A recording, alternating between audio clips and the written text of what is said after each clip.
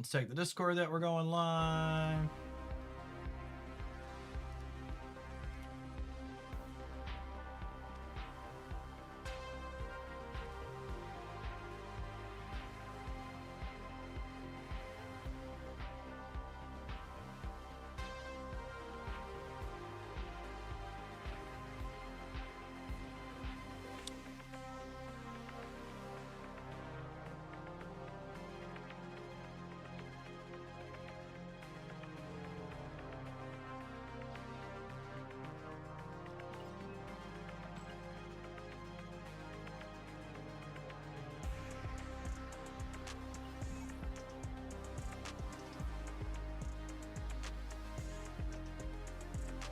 Admin, thanks for being here for so much of my 10 years as Twitch partner. I appreciate the 98 months. Hope your personal sphere is doing all right. Morning, good morning. Snap time. This game's been so much fun right now, not having to really worry about tech cards as much. You know, I'm gonna be honest, Jeff. When I got the advanced patch notes for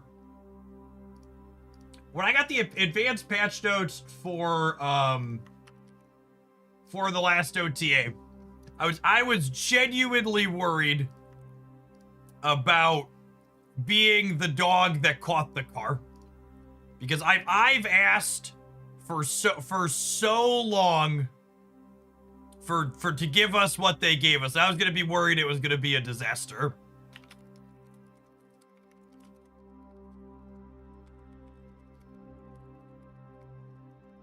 And I can honestly say, after the first couple of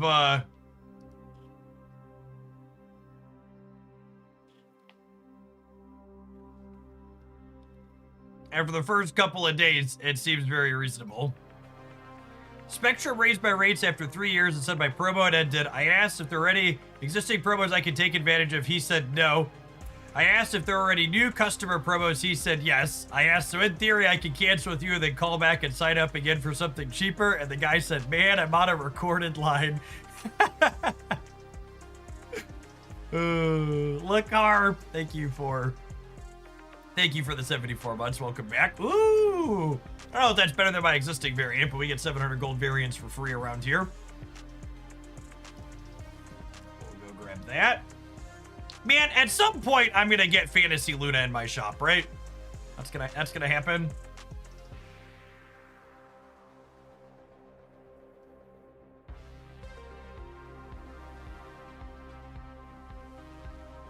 Velias! Thank you for the 29 months. Appreciate that. Welcome back. All right, I wanna open for this Havoc before I forget, and then we'll do a data dive and we'll play some games.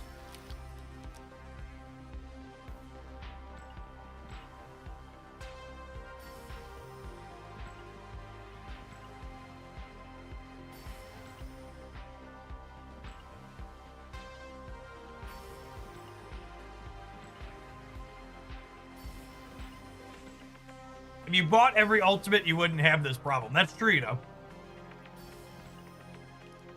Just factually correct. Does OTA mean that Invisible Woman MODOK Hella is alive? I don't think so. I haven't seen anyone playing it, at least. Agatha Hella has been the go-to Hella pile. There's Havoc.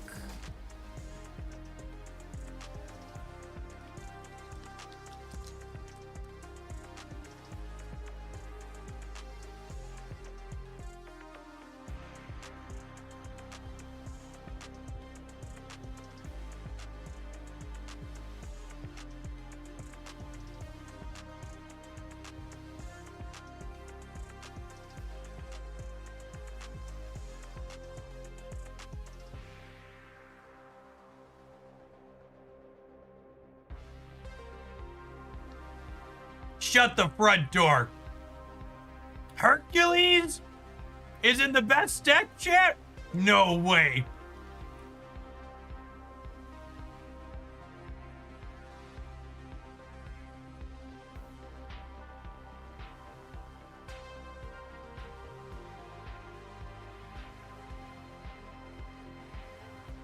Hercules is only a playable card at once about a galaxy. That's true. Look at the zoo players out and enjoying themselves for the first time in a long time.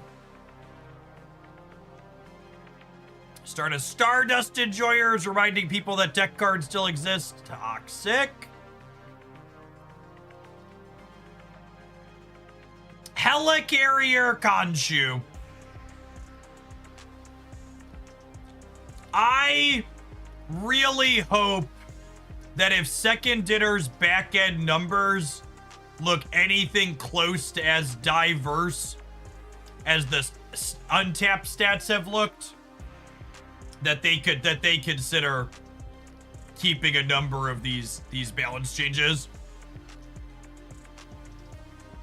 Everything's really just looking pretty good on the track. Let's take a look at the individual tech cards here real quick.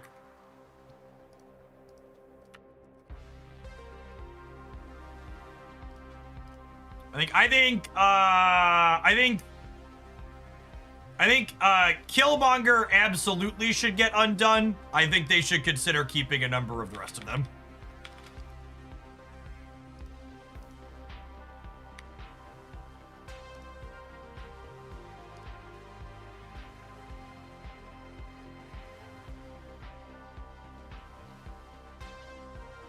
Red Guardian should probably get his 2 points of power back as well.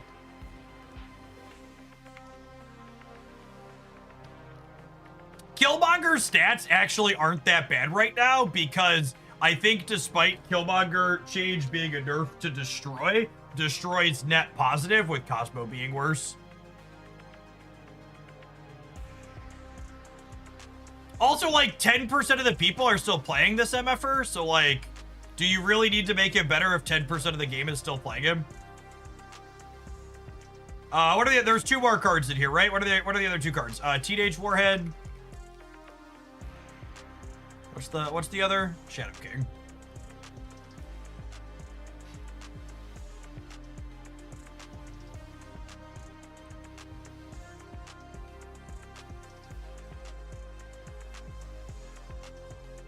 Yeah, unironically, I think Shadow King or Killmonger, like, only blowing up your own stuff and making it a 2 cost would be sweet.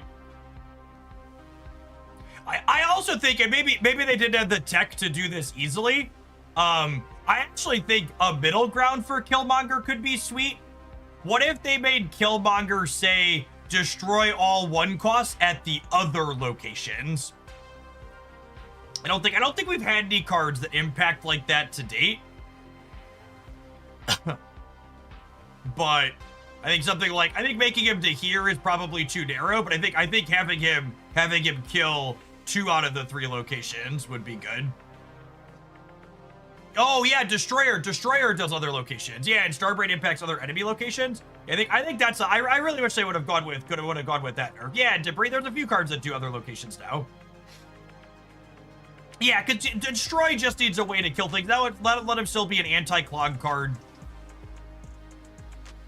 What happened to make tech cards less prevalent? They nerfed a bunch of them directly, Court. So all 8 of these cards, they nerfed pretty heavily in our OTA last week, with the asterisk saying, hey, most of these probably aren't permanent. They're going to go back to what they were, or some type of middle ground between the change and that, and the following OTA.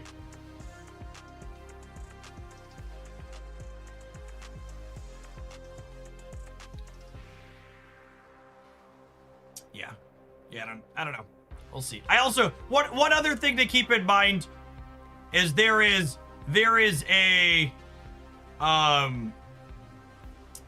very real chance that the full public tracker numbers the full data numbers are worse than the public tracker, because in my experience, data on the public tracker tends to be skewed high because there is self-selection bias for people who use trackers in card games. Those players tend to be more competitive. Not always, but tend to be.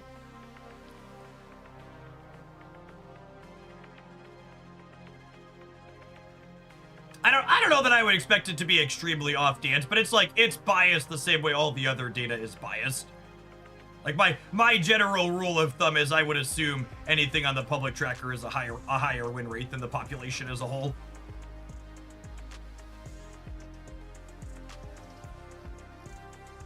Yeah, I hope they consider giving Shang-Chi 3 or 4 points of power before they decide to put him back to his original text box. I hope they take a lighter touch there. Honestly, Enchantress too, I kind of wouldn't mind seeing like 5'9" or even 5'10" Enchantress before they put her back to a 4. I think thick Enchantress is a sweet design. And if she was a 10, you could play her as a Scar enabler. I think that would be sweet. You could curve like Mary into Enchantress as 10 power, 10 power. Stuff like that. Thick Enchantress, you say? Absolutely in for thick Enchantress.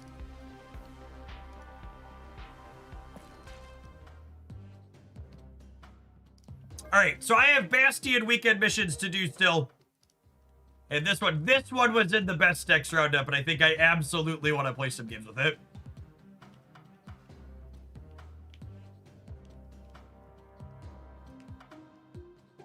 It's a real interesting mixture of cards.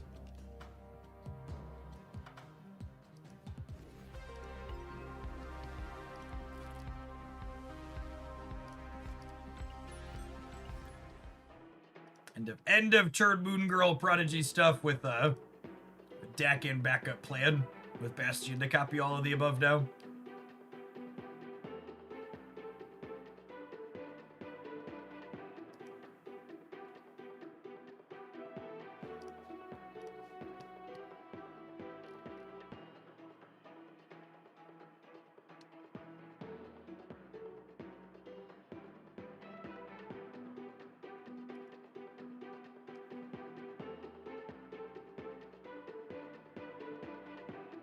Anonymous, thank you for the 28 months. Appreciate the resub.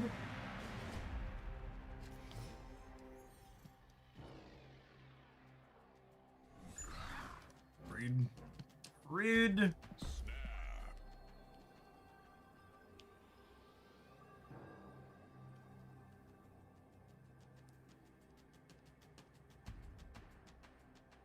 I'm pretty sure this was in the best decks right now. Was it not? Maybe it wasn't. I forget. There were 4 Bastion decks in there, remember. I thought this was one of them. Yeah, maybe I copied it after. I don't recall. You're making me doubt myself now.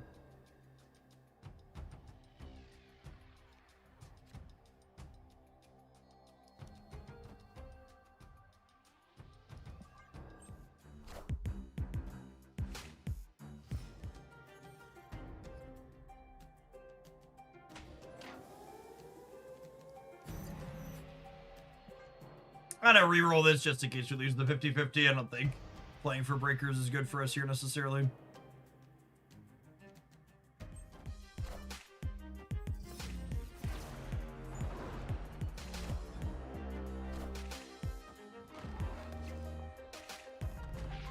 This is actually super annoying because now I can't Moon Girl my Athena.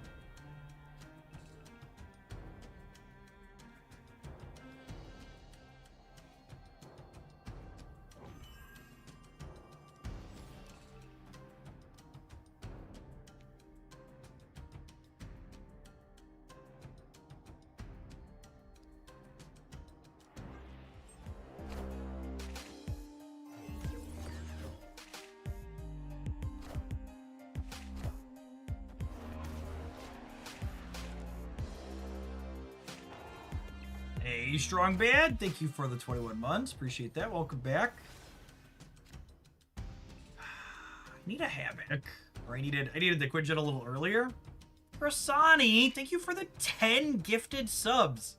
That is super generous. Good morning, good morning. Good afternoon, I suppose.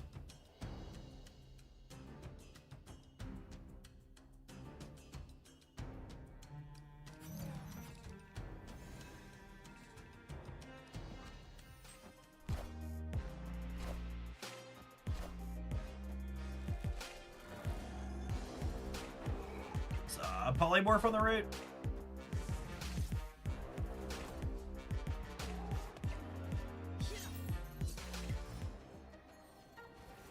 Havoc.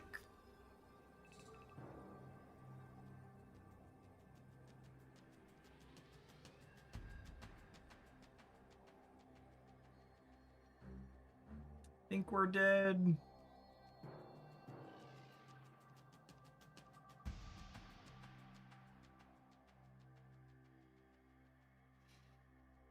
Oh, if the dog jumps out. The dog jumps out. They're at 14 on the right.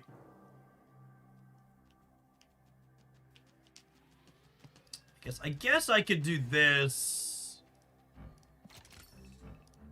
And this gains 8 here, so I'm gaining 12 altogether up to 19. That might be good enough. Narrator, it was not underwage. Thanks for the 5 months. I appreciate that. Pike, thank you for the half a year. Good morning, good morning. I want to celebrate your 10-year partner anniversary. Finally able to support you in a more meaningful way. You're the best streamer in my book, and here's to another 10. Cheers from Croatia. Thank you. If we would have spiked Havoc on the last turn, we would have been able to win the left with him. We would have been able to play for all 3, but unfortunately without him, we were not able to.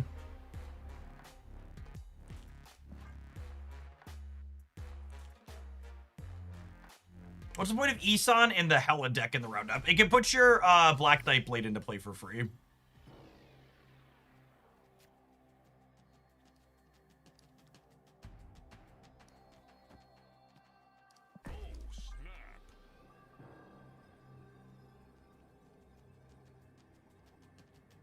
Wonderwage UK says, I agreed with the Croatian cheers from Denmark. All right, now I gotta ask, why is your username Wonderwage UK? Does UK not stand for United Kingdom? You're from Denmark? I assumed it meant United Kingdom. I feel like I need to know.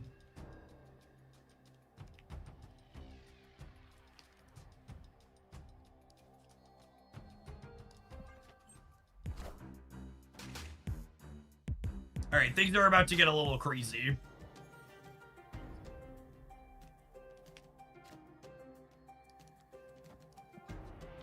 Because all these are going to be on discount now, and I have extra energy.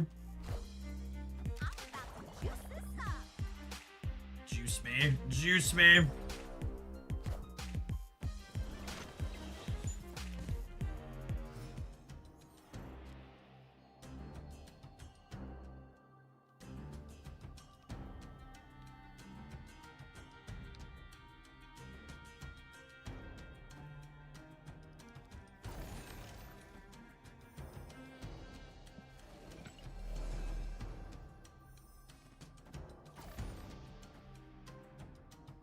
Dakin thing, rock Dakin.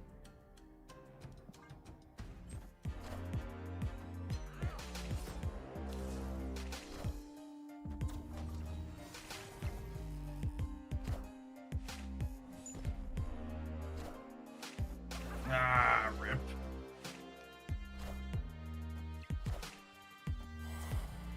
I guess I should make the assumption that they're gonna wanna clog me there. That's probably a reasonable assumption.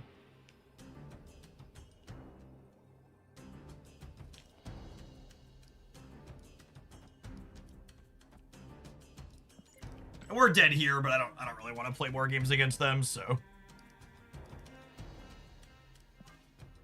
just gonna go ahead and do it.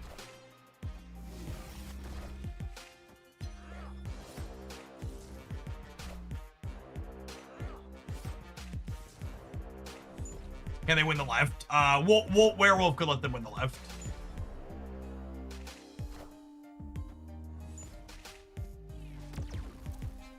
Clog is the new evil to bet. I mean, I messed this game up because I played the wrong location on turn 4 or 5 or whatever it is. This green goblin should have been locked on their side. They should have been fully clogged in the center. I lost this game to a mistake if we lose it. Just so we're clear.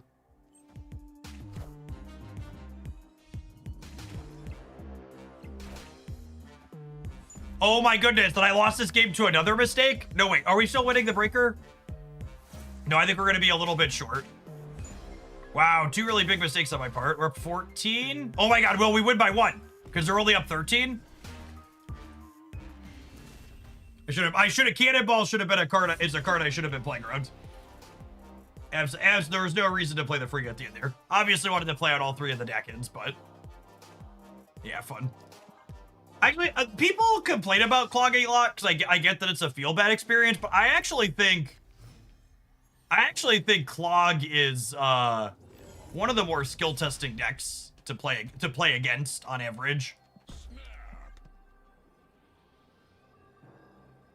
There tends to be a lot of sequencing choices where you're like trying to guesstimate where your opponent is playing and when. Good reads or knowing the matchup can get you a lot of equity.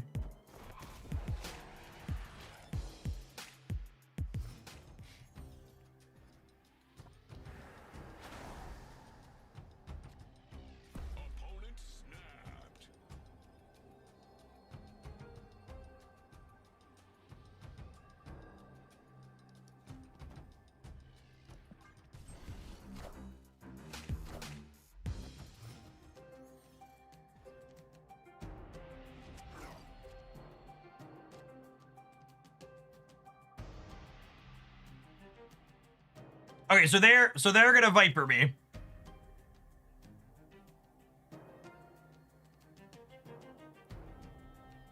Or Green Goblin. So what I'm gonna do is I'm gonna Havoc, they'll Clog me once, I'll Prodigy the Havoc, and then we'll win this with Havoc and or Prodigy.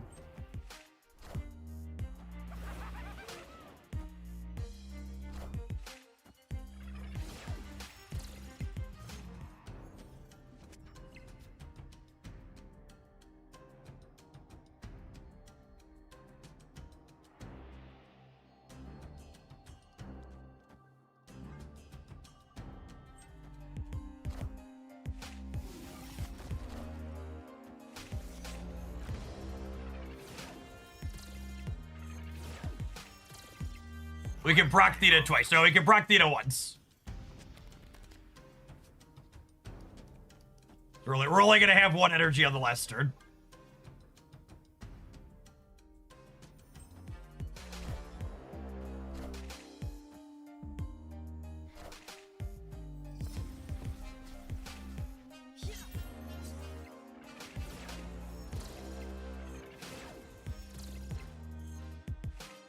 Do we lose the Cannonball? I think we lose the Cannonball, yeah.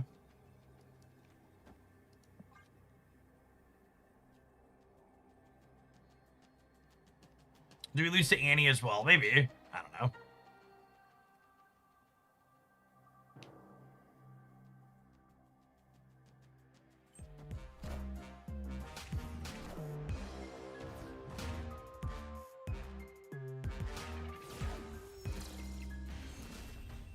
Rats. Does Havoc work if energy is 0? It does not, which is why Prodigy did not grow there.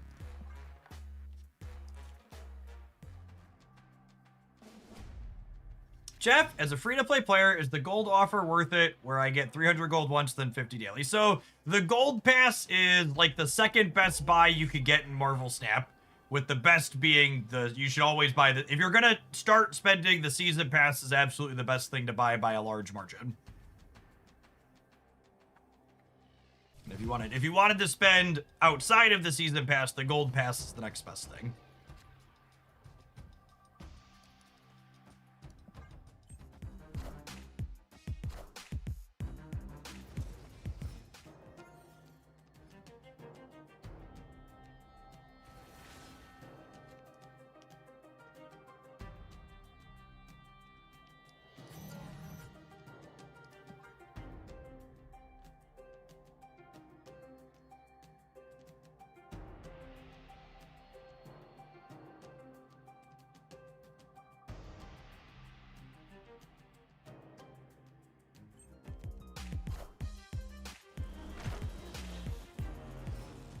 So, the only way our opponent has to get into the left is Sentry into Annie.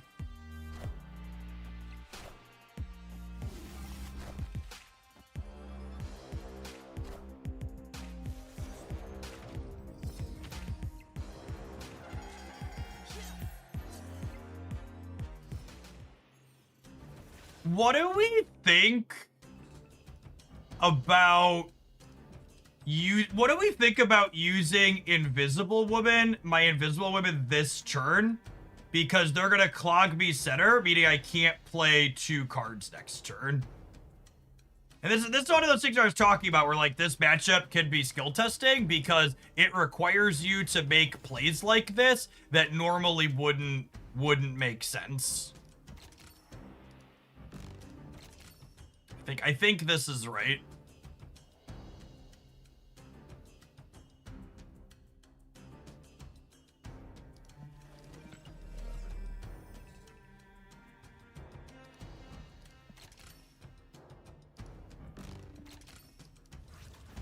Yeah, I think this is right.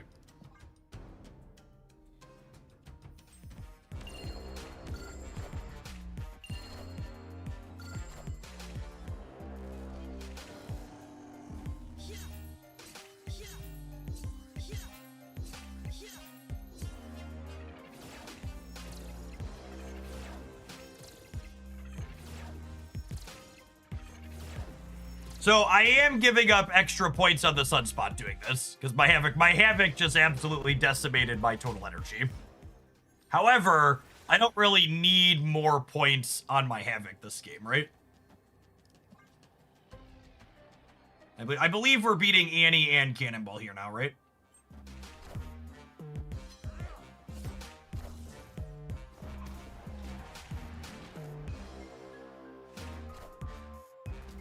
Oh my goodness, I forgot he's 8. Why did I think he was 7? Damn.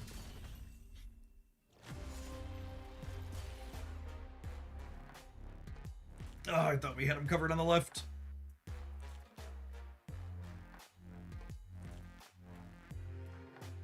I don't think there's anything we could do there. Martian, you could leave the non-English messages with the party hat. Those are people clicking the what's it called message for the partner anniversary. Yeah, I didn't have enough board space because of the clog to get an extra Athena trigger regardless. So I'm not sure it mattered. All right, we take a brief pause for the cause to let some adverts roll. When we get back, we're gonna play some more of this one. So I need a couple more Bastion wins, and it's a neat collection of cards. Thanks everybody for hanging out. Hope you had a fun weekend snapping. Thanks for starting your week off here in Hoaglandia with us. If you're watching on the YouTube side, you enjoy Marvel Snap content, make sure you tap that like button. It doesn't cost you anything and helps the content reach some more people. Appreciate the folks who have done that already today.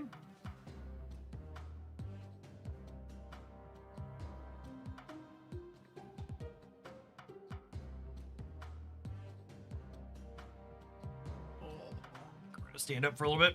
Wasn't Andy like 6 power for a while? He was as low as 6, right?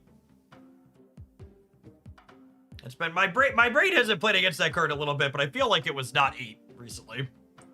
Jordy Shorty, thank you for the 17 months. Welcome back. Is my brain that bad, or was he less than 8 for a while? I think I remember playing in a funky Cerebro 6 deck with Hood. I know he was at least 7. In my mental shortcut, I thought I was tying them there.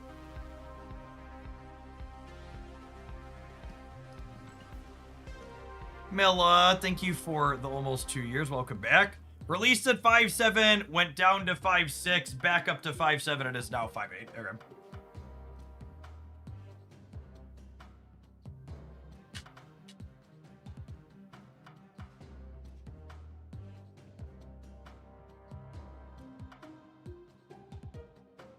And that's the, the very real downside of... That's the very real downside of so many OTAs in Snap, is it makes that mental load a little bit muddier when cards change frequently. I think it's worth it, but that's one of the things that I think of reason why other games shy away from it. That mental tax it can have on your players.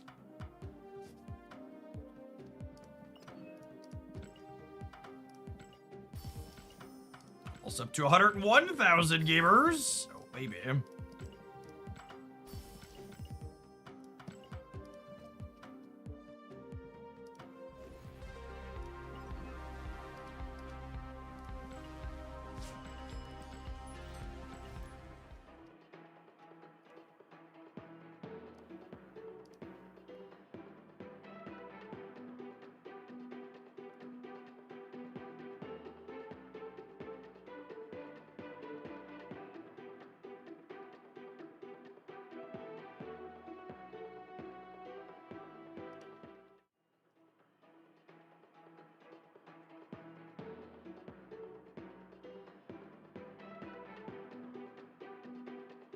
I really genuinely think the Snap team has done a good job with balancing how their increased card releases have been handled. I think this month is a perfect example of a fantastically killer month for card releases, where we've got a lot of niche cards that are likely playable in different spots, but absolutely you do not need to have all of them to keep up, so to speak.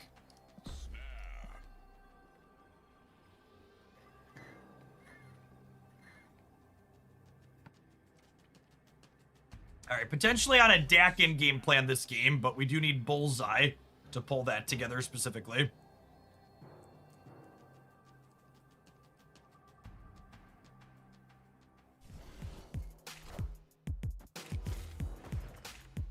How's it going, bibbidi bobbidi boo? Bibbidi bobbidi boo. Yeah, I'll play Nico on curve for 4 points. Sounds great.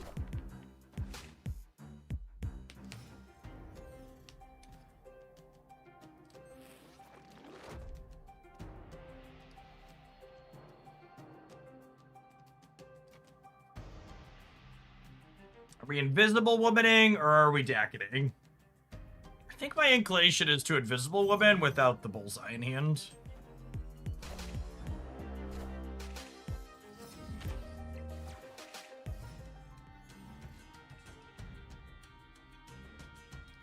Instantly punished.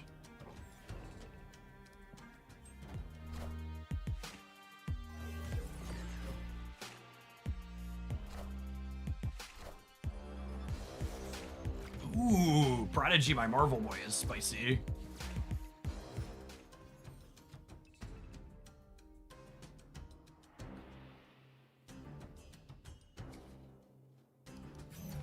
Alright, so I need to draw... Athena next turn. Do we deploy Havoc on the left? Just for the sake of getting him charged up? Because if I deploy... If I deploy Havoc over here, next turn I can go Athena Prodigy. All 5 energy.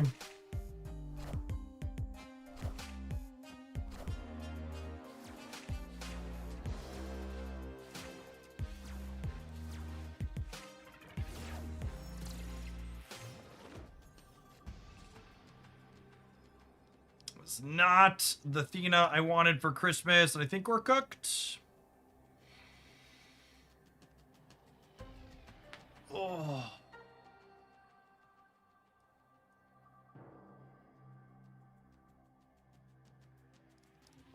Let our opponent have their end of turn here.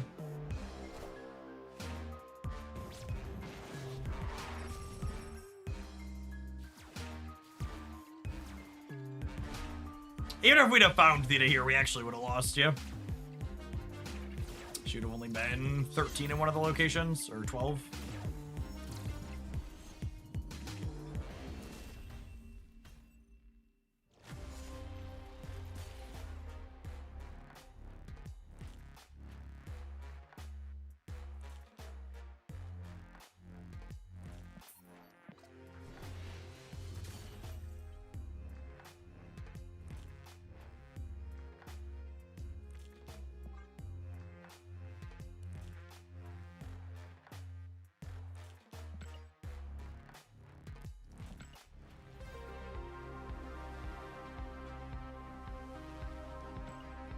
Would Sunspot have won us that game with the tie in the middle? It would have given us 16 center, maybe? We need either Bullseye plus Dakin or Invisible Woman with 2 other cards. Can you sub Prodigy in this deck? I don't think so. You kind of need ways to double up Invisible Woman consistently for the deck idea to work. There really isn't another card other than Prodigy that does that currently. Joe Casta is coming up later this month. On Pug, thank you for the 11 months. Welcome back.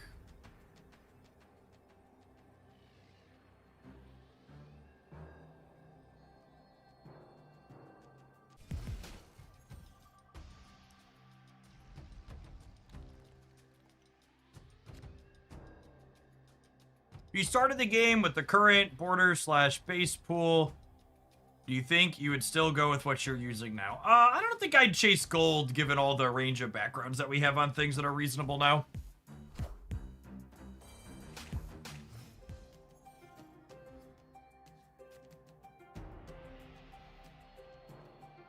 I don't really want to play against your Gorgon.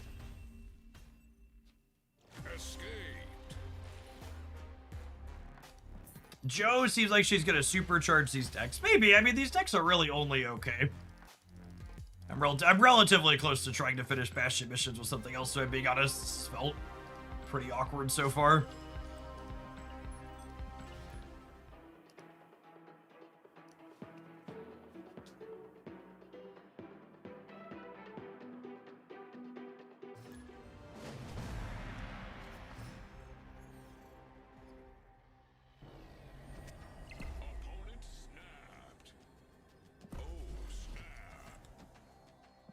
I have anything much better than Nico to throw into Vormir, so let's toss this away.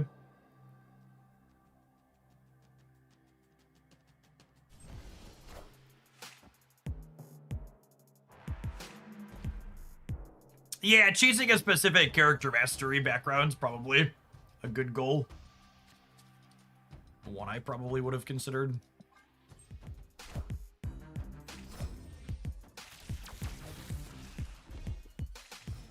I'm jealous of Phrajon's. That's one of the Dream Surge splits, gamers. One of the Dream Surges. So we're gonna go Invisible Woman, into Bastion the Invisible Woman, into Havoc stuff.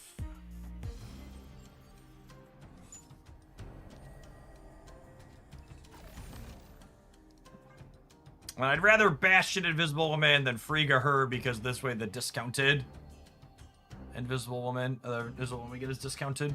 It'll be a 2-3.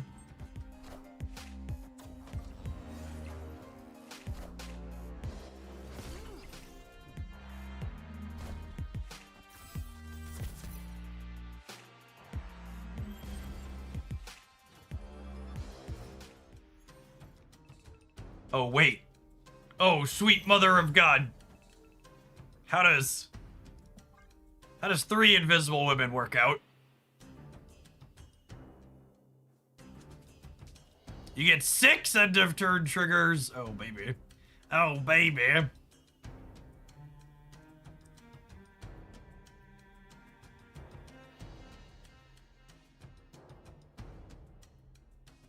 I like it a lot.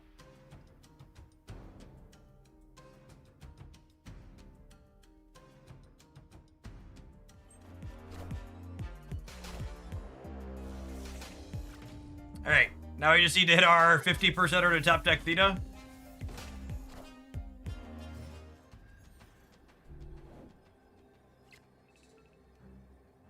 What a lovely lady she is. I got skills that multiplying, and we're scaling the board. Do do do do do do do do. The monster boss. Thank you for the 23 months. Would Sunspot and Havoc have been enough? Yeah, probably. Because Sunspot would have been 4 times 6, 24. Yeah, that would have been enough. That'd have been enough, I suppose. Yeah.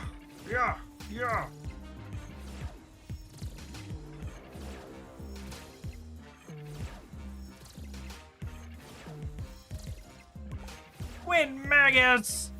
65 months is a long time. Once Upon a Galaxy has been very addicting. Just one more game. It's just one more. The games are quick. You can always play one more. Right? Why would you want to play just one more, gamer? Just another one. Do. And that's honestly, that talking about Once Upon a Galaxy being, you know, just one more and all that. It's funny because I've heard the Once Upon a Galaxy devs talk about how one of their UI design goals is to make it quick and easy to hit play one more. And I really feel like whoever designs these end screens in Marvel Snap really needs that lesson. The amount of screens you need to click through after you finish Conquest is just even down to like how all the missions and stuff work. Like I feel like in Snap there's so much of this UI stuff you have to go through to get back into a game and keep things optimal in the middle. What's it called? Shadowverse was really efficient about that. Shadowverse would show you your mission pop-ups and claim them at the end of your end of game screen, so you could quickly hop back into another game. Ashtreed, thank you for the super chat. Here's to a good week to you too. Appreciate the direct support. Yeah, tomorrow is Jim Hammond's Human Torch. Should be a fun one to build around. Some Wiccan decks, some Fallen one maybe. Be a few different things we could do with him.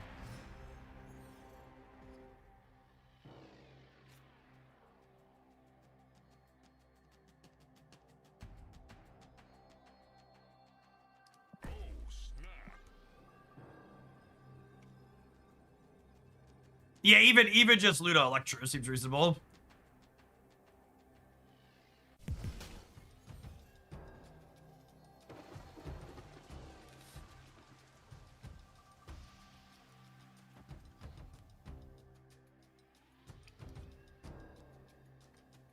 And just get Theta down. I kind of want to put Sunspot on the Lake Ellis. This is more resource division this turn too. All right, Sunspot's in danger. Oh wait, Killmonger's only his current location. Maybe not quite as much danger as he otherwise could be. Stupid asteroid M and its stupid face. Extra rewarded for playing Theta out. Holy.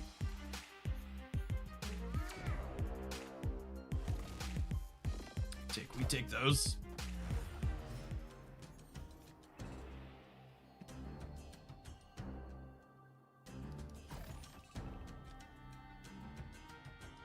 Gosh, Bastion declared invisible, man. Feels so clean.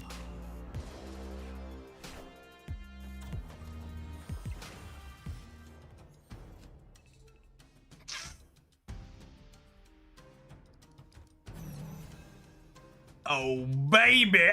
Oh, baby.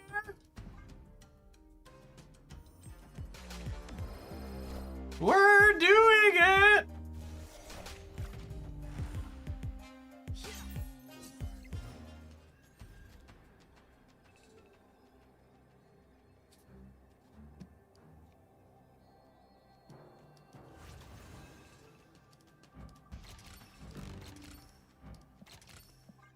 Activate my pretties! Activate!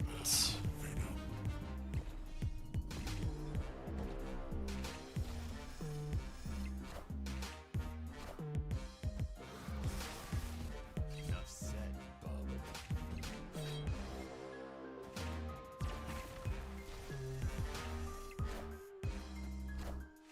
Are we short on the left? I think we're short on the left. I hedged the wrong spot, right?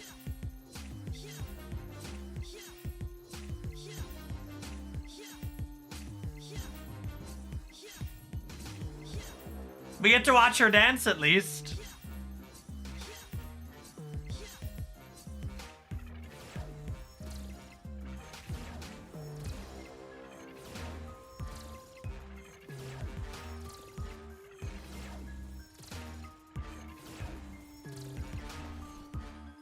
Oh, Sunspot would have been slightly more on Lake Ellis. Yeah, that's true. Because they're both +3. I was worried about them putting Venom in the center, which is why I hedged there, but just a flip. Win some, you lose some.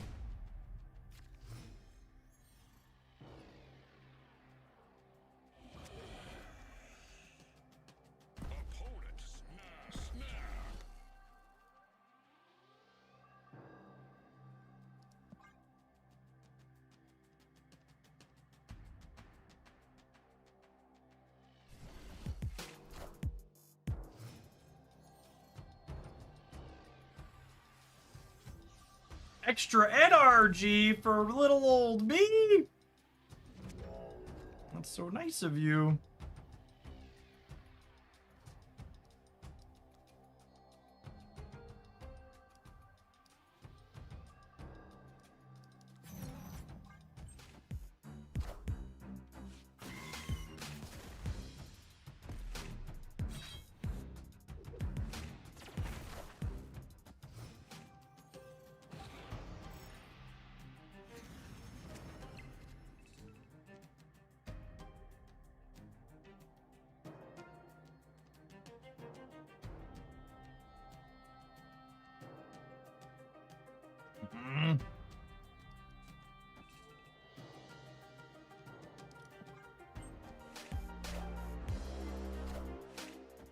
There is a patch tomorrow. But typically speaking, patches are just like new features and bug fixes. They're not usually card changes. Although we did get a hint that Kang would be coming back soon. Copium. All right, we hit the bullseye draw, so we're gonna get to be a Dakin deck here.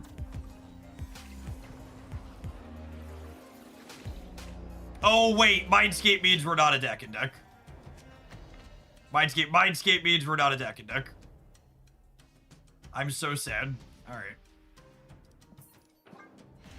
I was thinking we'd have time before we get screwed by that, but in actuality, it trades over before we can discard them.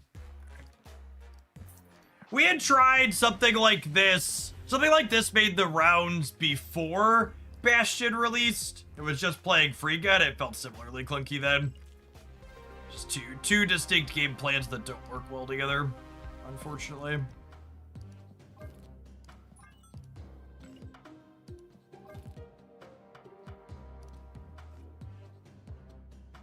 Can't you Dakin Bullseye that? So I can Dakin Bullseye that turn, and then at the start of the next turn, all of my Dakin shards are given to my opponent with Mindscape. Bullseye is an activate. So I don't have a window. Let's play some Misery Bastion. It's one of the better performing builds.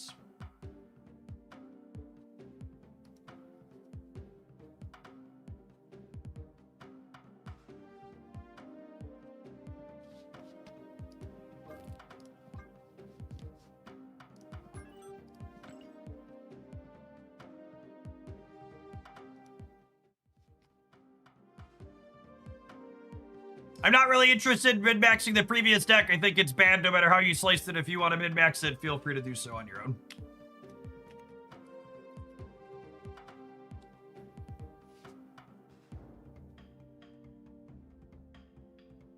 So Shadow King, Rogue, Gorgon has three tech cards here.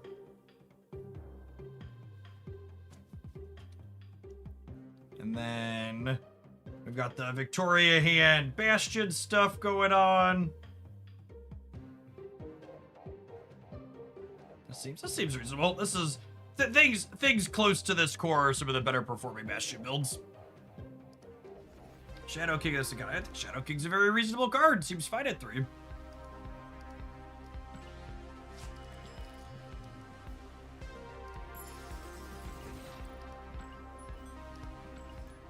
Oh, maybe the old anti-venom builds with Bastion. Yeah, I can see that, Kivrin. There's a number of Victoria hand decks we played in the past for sure.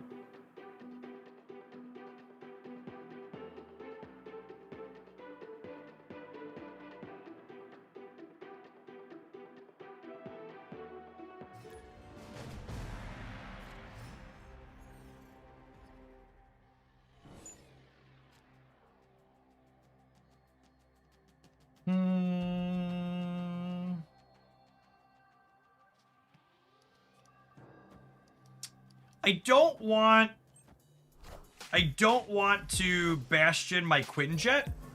So I'm gonna play the Quinjet off to the right here because my left side location is a potentially good Bastion path because it can be nice and clean. We're gonna chill on the hood until Nico gives us something to do.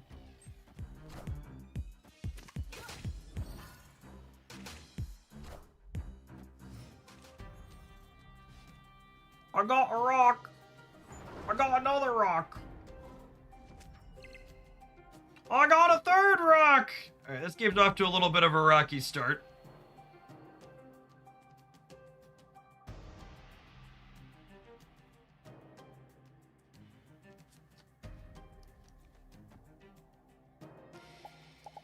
Oh, part of me wishes I could. Part of me thinks I should play another rock out. If only to clear space out of my hand. We could Bastion the rock. Sure could.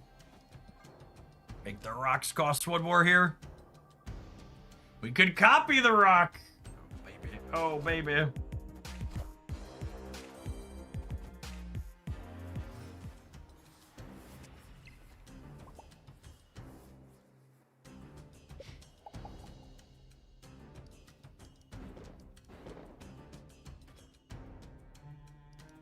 I'm gonna hope they lose the right to these, and then we'll hood and play for the center, I think is the game plan.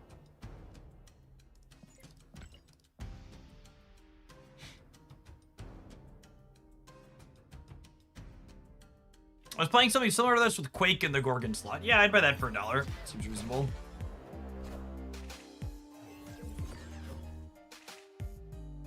Alright, so they have a very cheap 11-point Mockingbird in hand that's going to go up to 13. And we're only tying the rate, so we're probably cooked here.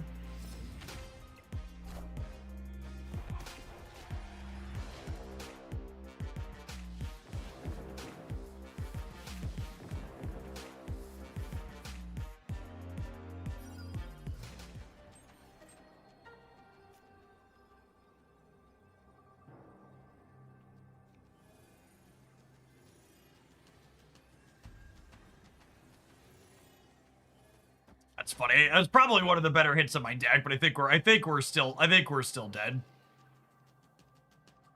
Even if I like, what's my biggest high roll here? If I high roll the hood into Victoria hand, I have 8, 10 on the left, so I'm still down by 7. And then in the center, I go to 18, and we know they have at least 13. Yeah, that's just.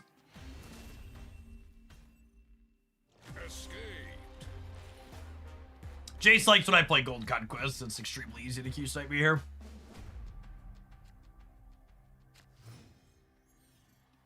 For those that aren't familiar, Jace is a longtime Hooglandian. They are not playing traditional Zoo. They are playing all female characters with all gold splits. So there is no Khazar, for we are playing against the Golden Girls.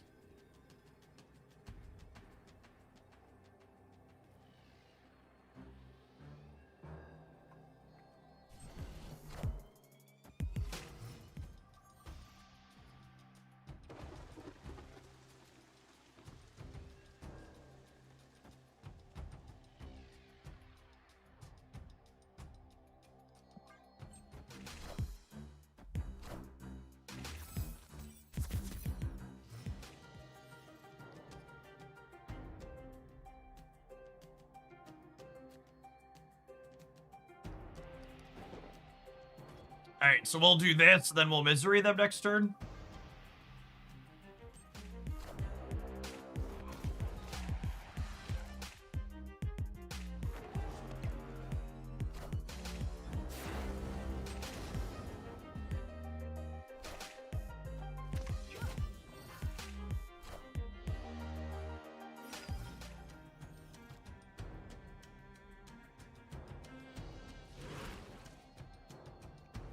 I need to do this, otherwise I'm going to overfill my hand, yeah.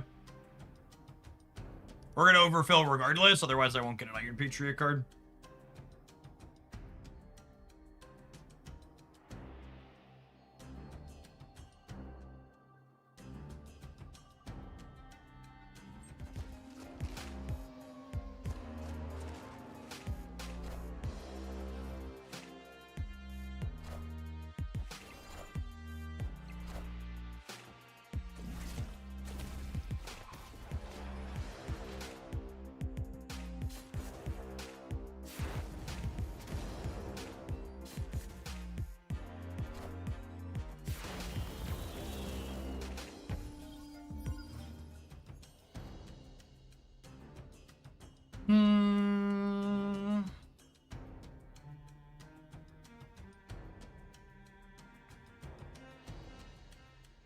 Feel like we want to Gorgon them.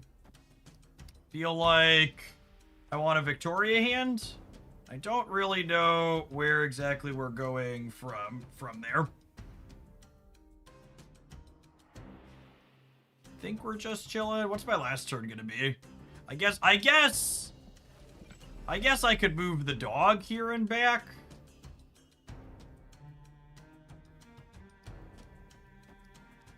Could like do this to make this really cheap. I don't hate that. I don't know if that discount's gonna actually matter though. Minions to me.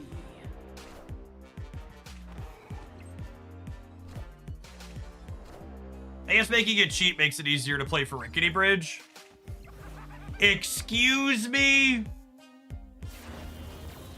I mean, I guess it's only fair that my Can't Play High card is also good. So what's more points? Spider-Man 2099 or Victoria Hand? Spider-Man 2099 is 9. Victoria Hand is 2, 4, 6, 8, 11. So this is actually more.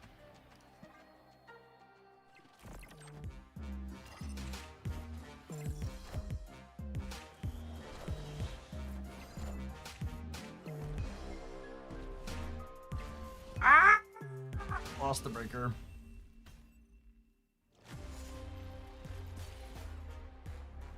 Misery left would move the dog there. Yeah, it would kill the goblin, but it would kill the Hela too, right?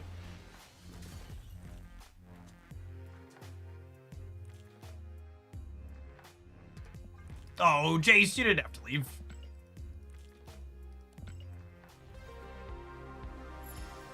If you retreat from that screen, I think it actually doesn't count towards my master mission. That's funny.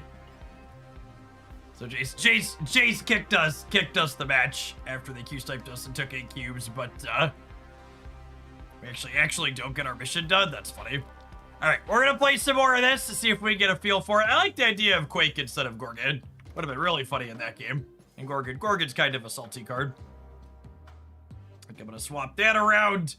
Everybody, we're gonna take a brief pause for the cause. Don't go anywhere, gamers. We'll play some of this when we get back. How do we feel about Mobius versus Rogue in that tech card slot?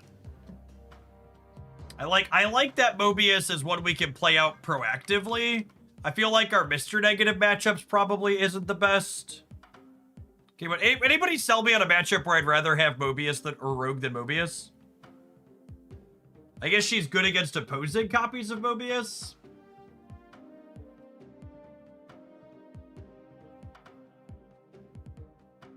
They announced Deadpool diners, checkpoints, the Discord server, and other improvements from the previous diners.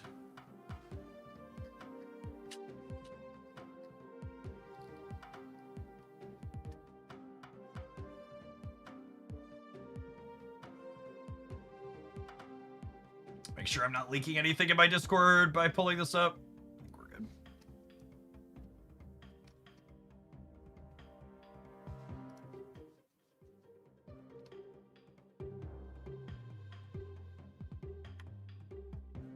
Oh, I can't zoom in the regular Discord thing.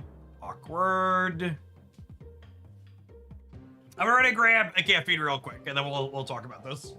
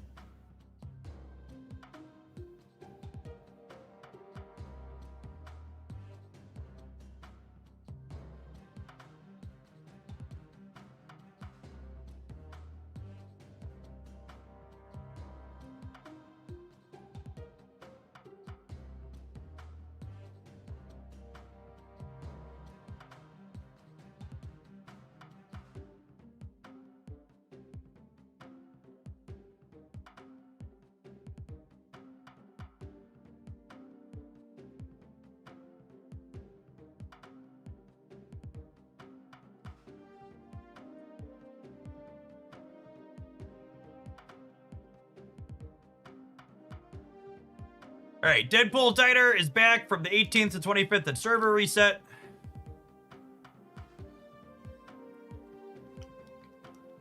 You only ever risk what you raise with no more auto doubling on 5s and 6. So the stakes are on the diner. Your opponent's snaps raise only their side, and your snaps raise only yours. So you can still hit sizzling payouts by snapping up to 3 times or keep it cool with 1 or 2. You'll see when your opponent raises to give you intel and whether to decide to push or play it safe. Plus, with fewer tables losing at the top won't send you tumbling to the bottom, making for a smoother climb. Okay, so basically, there's no reason to retreat. Because you're in for your ante regardless. Yes, it should mean you could move Bob around more. That is accurate. Which that's interesting. I like that they've found a design where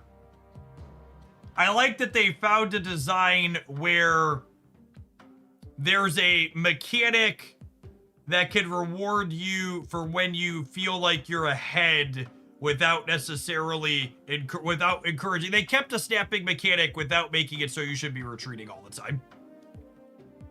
So there could be more games to play out to completion.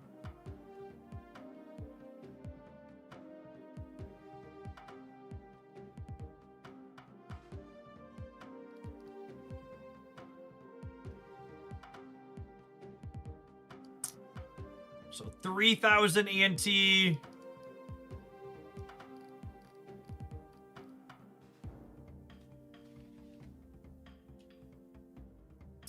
So there's a million bubs at the top. Is what this looks like. With this one being, you can get 24,000 bubs from it.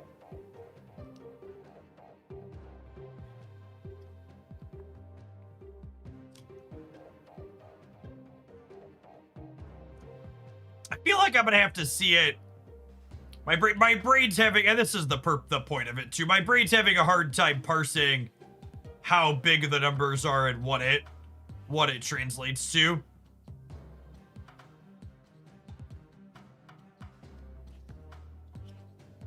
The new card is available in the shop for 2,000 nachos. The milestone rewards are extras. Okay, so this is purely a cosmetic then down here.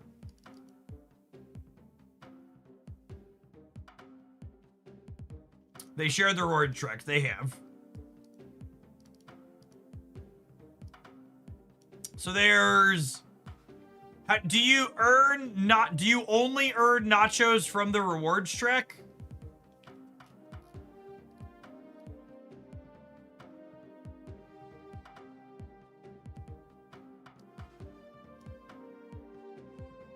Well, there's missions that get you nachos as well.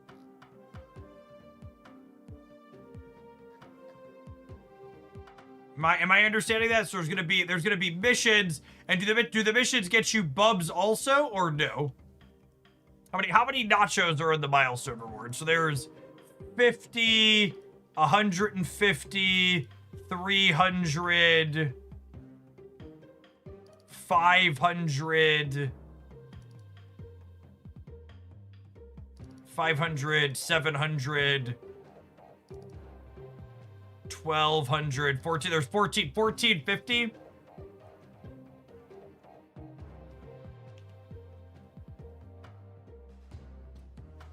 And they said anything about the missions? Fuels progress on plate missions, which are completed by snapping. Plate missions will earn you nachos, which is currency for the shop. Plate missions will refresh automatically as you complete them. It's big stakes without big flameouts. So... it says missions refill automatically as you complete them. So this means bubs are the only limiting factor. Yeah, so the time and that makes sense that the missions auto refresh, because you're technically time gated by the bub. Yeah, so your bub refill is the time gate.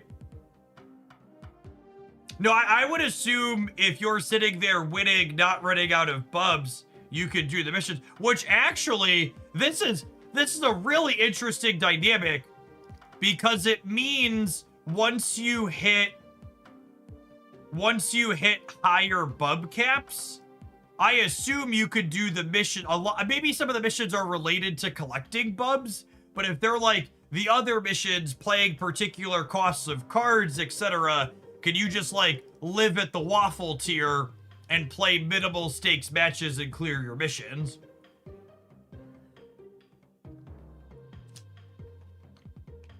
That's probably, I have to imagine some of the missions will probably be like win certain thresholds of bubs.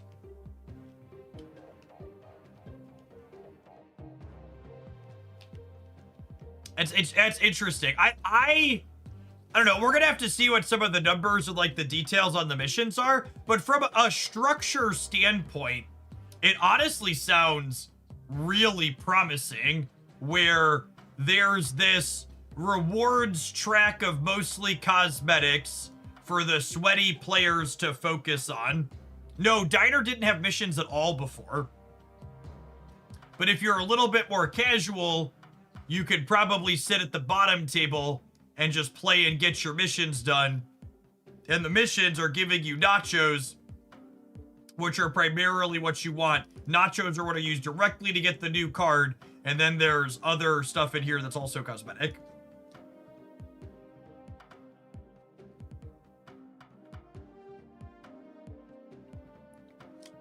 This is making me crave nachos. Diner is working as intended. More currencies, yum. They're delicious currencies, Nick Miller. Why do you hate nachos, Nick?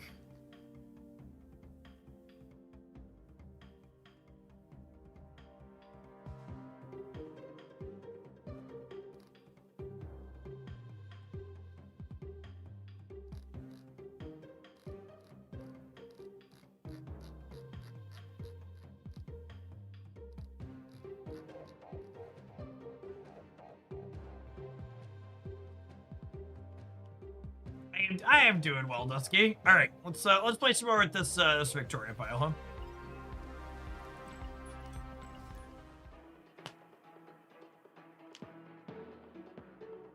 Quality of life improvements and better event designs in my Marvel card game. It's more likely than you think.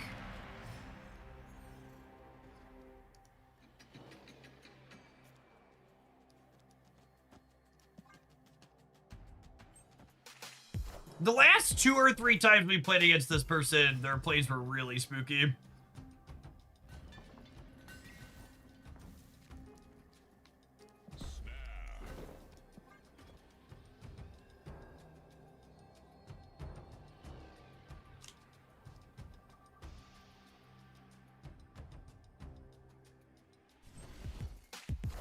Now we just need some QL for Conquest. I don't think the second inner team knows what Conquest is.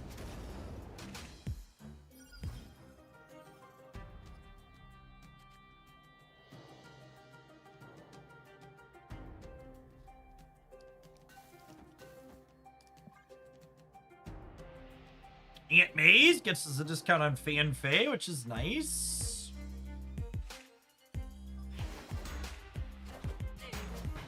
Cut Rogue from my deck for Mobius and immediately queue into the ongoing deck. Wake up, sheeple. Wake up!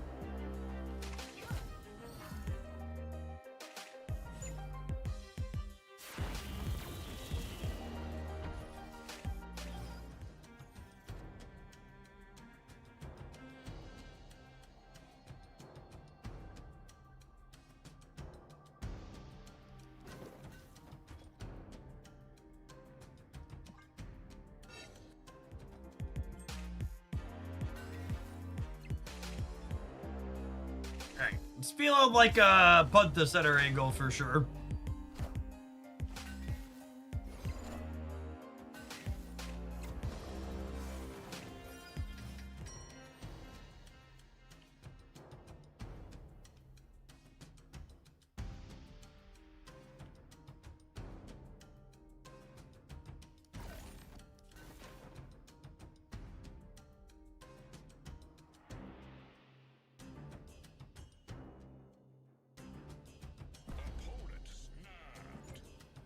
I assume we're cooked, but I also really don't want to play more games against this opponent, so we're gonna vibe. Just let it roll.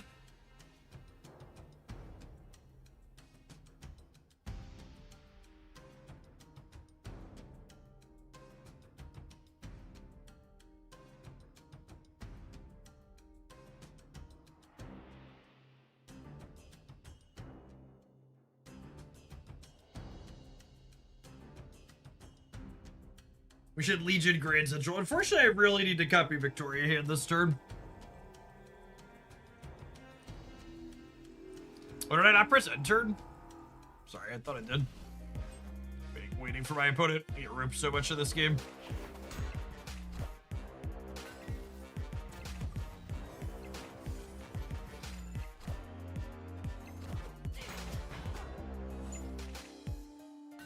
I feel like their other Carter going center is like a best case scenario for us.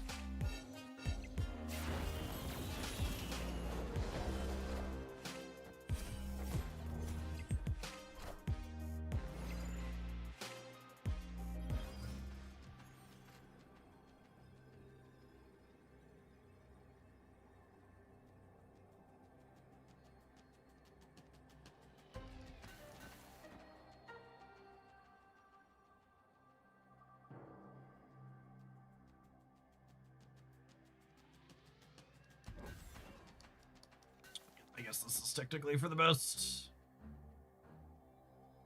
Does Legion on Aunt May's mess the opponent up? Oh, it probably does, yeah? Because it'll send them over here where we're winning by a lot. They're probably playing for here and here. Uh-oh. Uh-oh.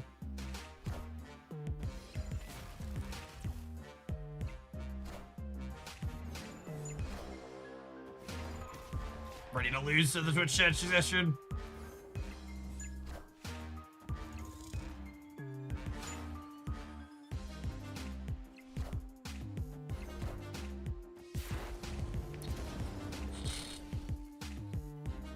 Look at that. Chat's not allowed to help. That's cheating. Look at this unfair Twitch chat advantage. September 15th, 2025. Chat was right. Mark the calendars. It was bound to happen once in 10 years, right?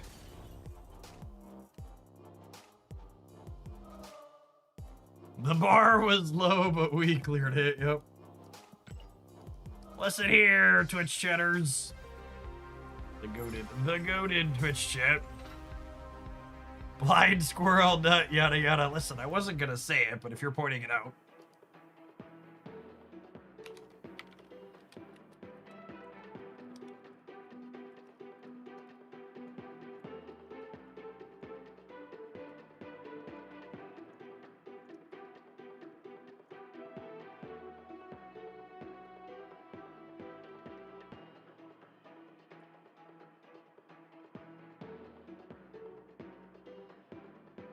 Hydro Sandcastle holding up lately, Jeff. Honestly, great. The OTA changes are working out in practice, just as I kind of always dreamed. Turns out this game is markedly more fun when your stuff isn't broken constantly.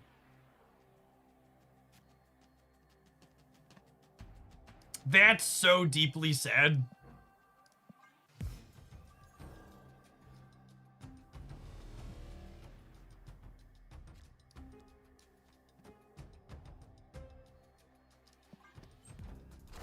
Oh my goodness, I have an extra energy, so I get to go... Okay, can I snap now? I think I can snap now, yeah?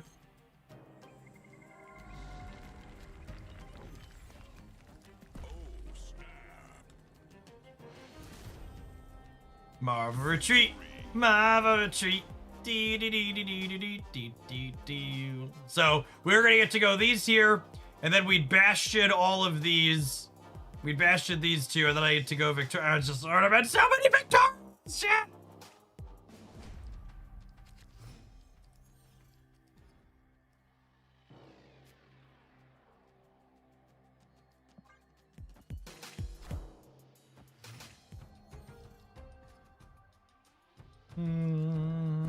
Marva retreat!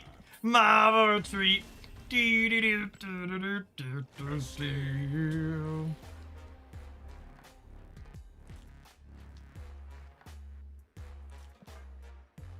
Trump is on the record saying that companies should do away with doing quarterly earnings reports. Man, it's really gonna get worse than so much of us even expected to, isn't it? The companies should do away with quarterly earnings. I don't know that any of us are fully prepared for how wonky the end of the year is about to get.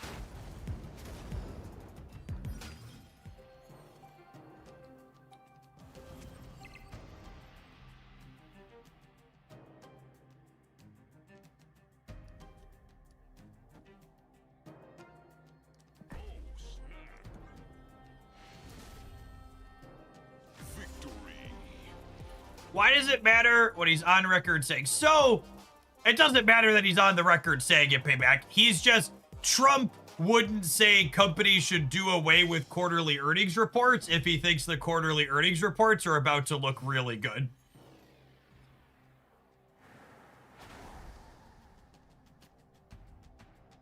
That's the point.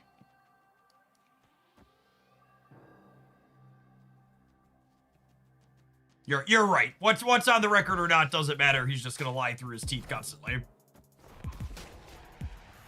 Speaking of, I haven't looked at the Vibes market today. Where are we at? Dead even. Look at that. Look at that. Casual, neutral vibe.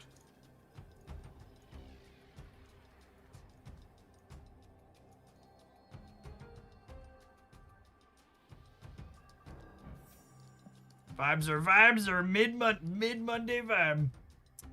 I'm gonna chill on this for now in case they're about to. Let's actually play a game for the first time, huh? Let me play a game, they said. It'll be fun, they said.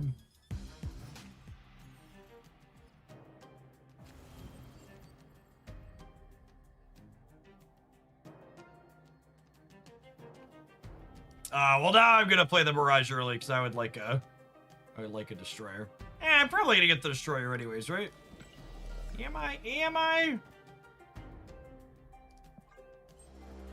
I get daggered here. Yikes.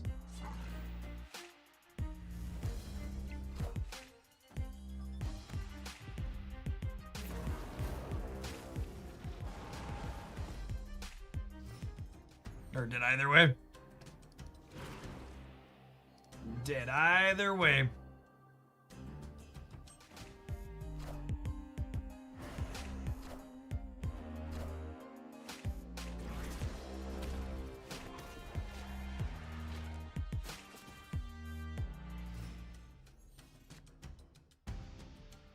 Quake, you're late, she is.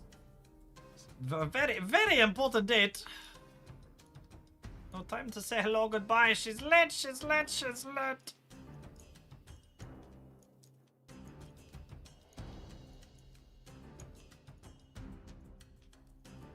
I don't know how we ever win this chip. I guess they don't have a big thing for a second lane just yet. Necessarily.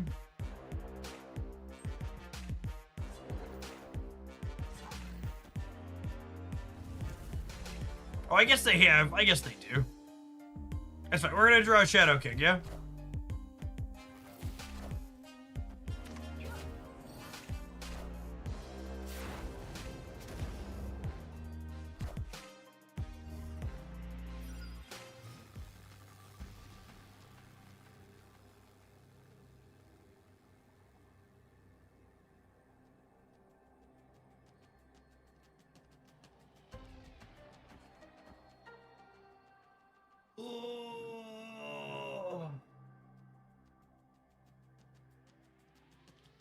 Well, I drew my poopy tech card.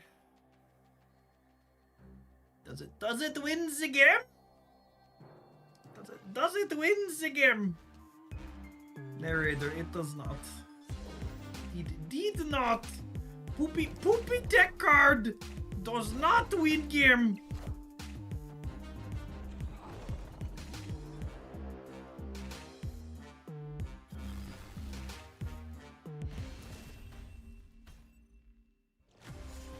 This build of Victoria hand is so much more boring than the Kahori build. I think this is the last round of Gold Conquest, if I recall, but I don't think we're gonna play more of this regardless of the result. I really prefer the build that just builds sandcastles.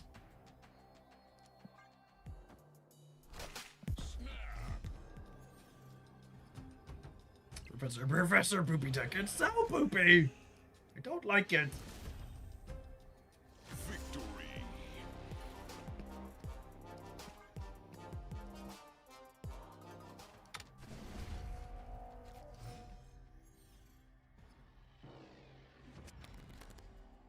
Oh, snap.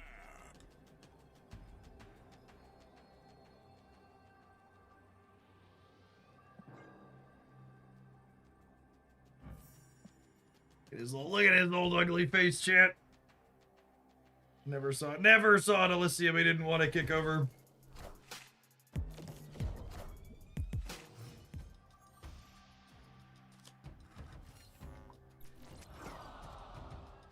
Opponent snapped.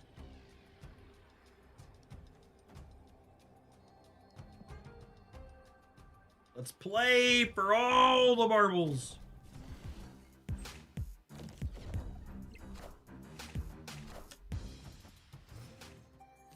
All right, so I need to fill Mojo World proactively.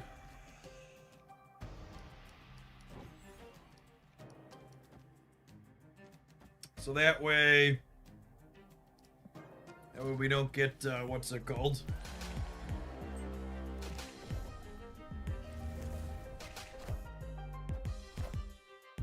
All right, and I have priority here, so I don't have to worry about them juggernauting my bastion, which is great.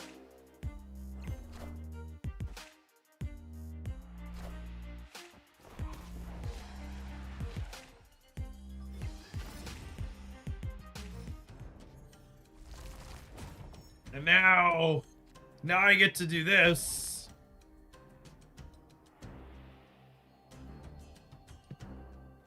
And you are Victoria, and you are Victoria. Everybody's Victoria. It's so beautiful. I love it so much. Love it. I love it so much.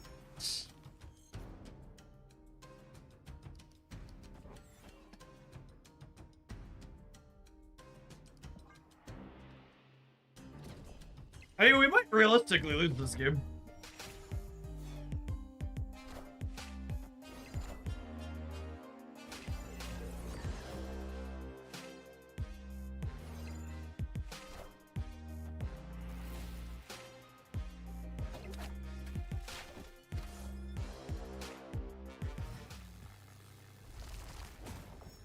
Alright, assuredly, neither of their face-down cards are Shang-Chi, right?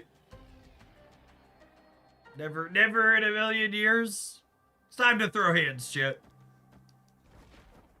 It is time to throw hands.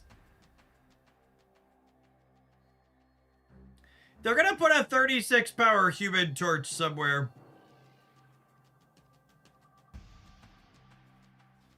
Is it? I think they're gonna put it on the right? Because they could lose the left realistically. My called shot is Human Torch goes right and they don't fill it.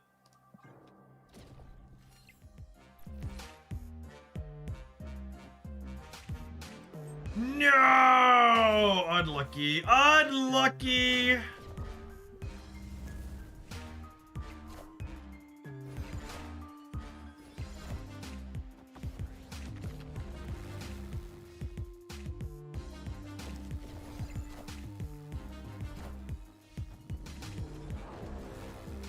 No!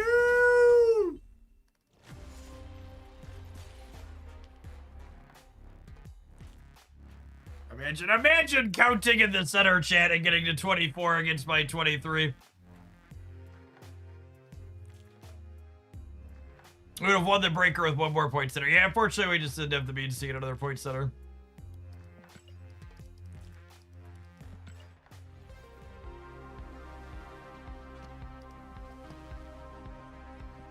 glad this build is boring. I feel remotely compelled to play it. So someone actually asked about this one. This could be a fun build to put Bastion into. Zero cost Bastion with anti-venom's kind of hot. Although I guess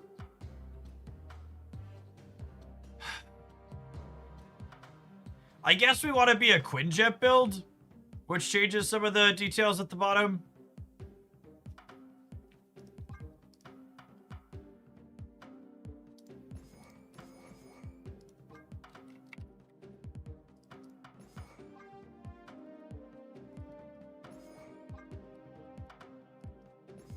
So I like this, baby.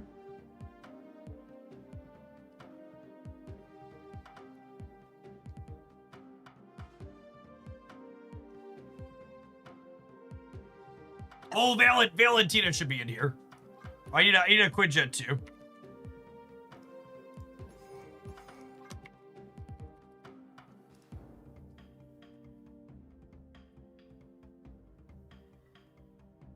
Do I need the Moonstone stuff? I probably don't need the Moonstone stuff.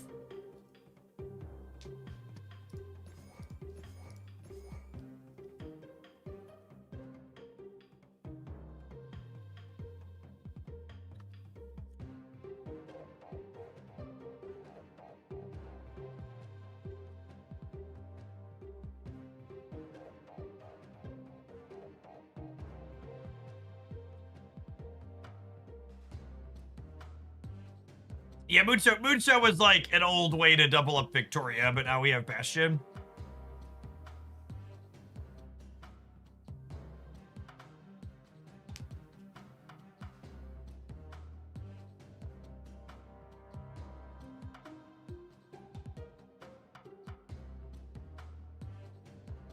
I'm playing Bastion in an anti-venom frigate deck with Iron Man, and Gore. That's cute. I can see, Esme, maybe?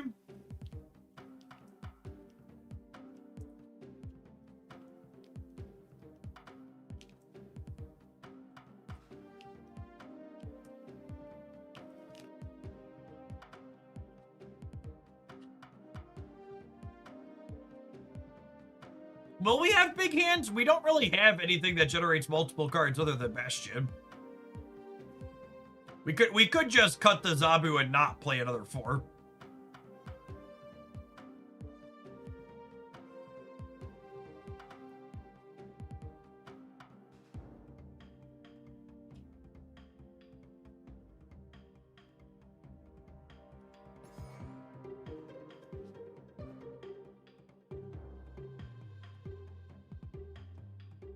Could toss Nico back in, yeah.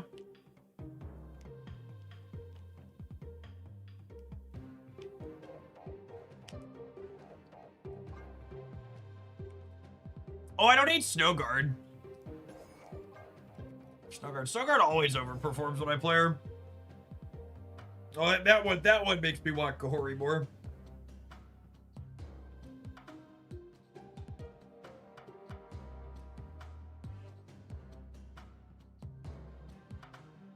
Kahori's kind of fun with anti-venom as well.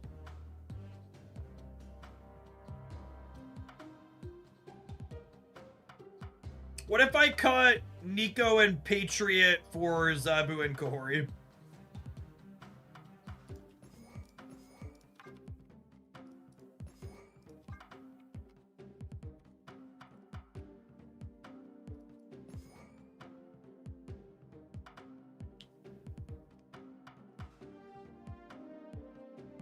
Do I love Shadow King? I don't know that I love Shadow King.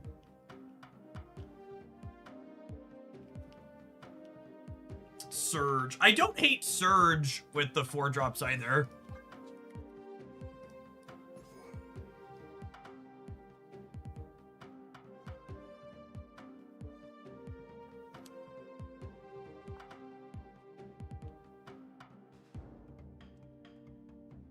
King's good if you have Cage the anti-venom card. Yeah, but he's awkward with Kahori.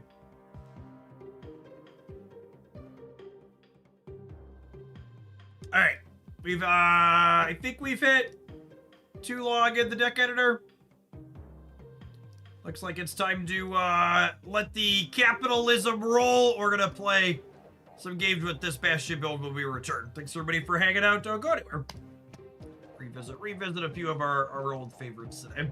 It's been a while since we had a day where we played decks I wanted to play. We did a lot of viewer decks lately, so let's poke at some Victoria hand. Victoria hand stuff. See where we end up at. This will be our third Bastion split, so not gold quite yet, but soon. Soon, TM.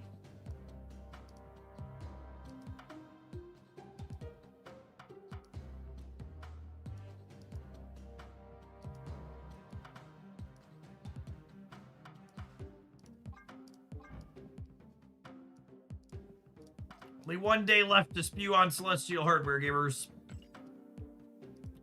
One day remains.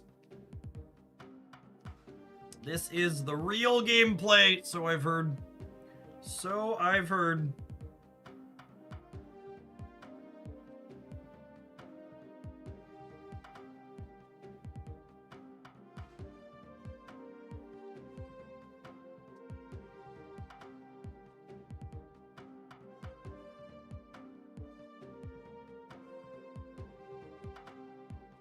Thanks for all the partner anniversary things, by the way. It's a fun thing. Fun little memory Twitch throws in there.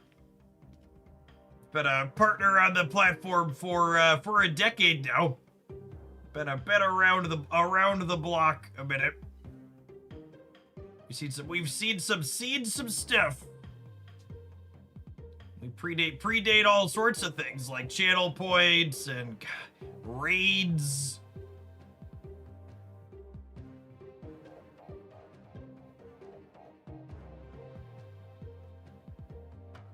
You and King Gothalion share the same anniversary. I think he's been around a little longer than me, though, right? Maybe we're about the same.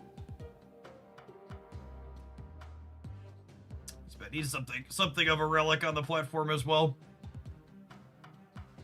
Although he had a buyout on one of those other streaming platforms for a little while.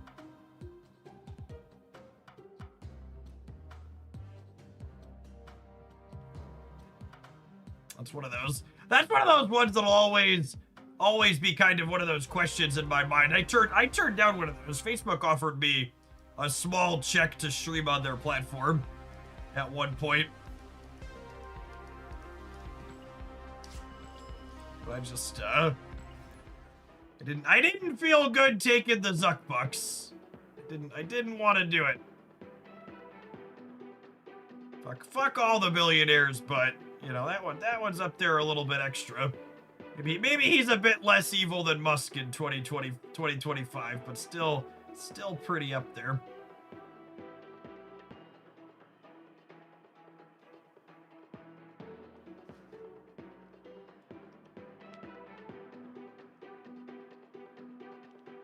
What if Tom from MySpace offered you a somebody? You know, we talk about Tom on occasion because it always comes up whenever we talk about no ethical billionaire and all that. You have to be broken in your brain to some degree to end up a billionaire.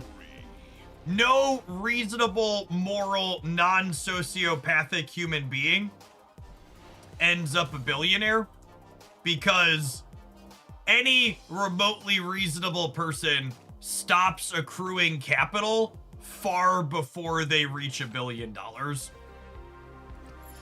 You know how Tom is probably is he a billionaire? I actually don't know. And that's part of it too. I have not a fucking clue.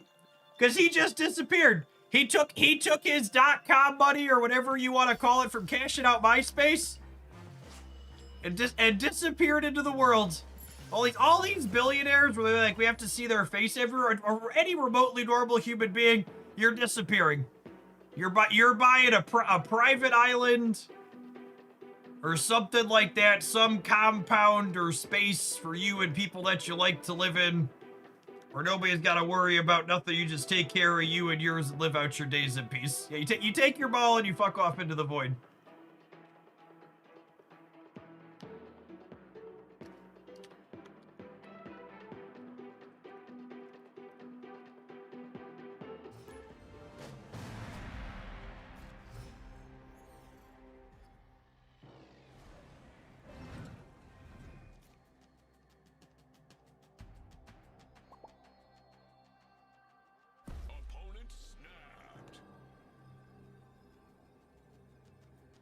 A couple of Google searches, and obviously most of these are bugs. Speaking as someone who has his own net worth estimated on websites as an internet personality, but the internet sites estimate Tom from MySpace is worth somewhere between $10 and $60 million, depending on which of these links I click on. D20 Bandit, thank you for the 76 one. So I don't think he's a billionaire. The number that is accurate, it says MySpace in total was bought for 580 million, like $500 million.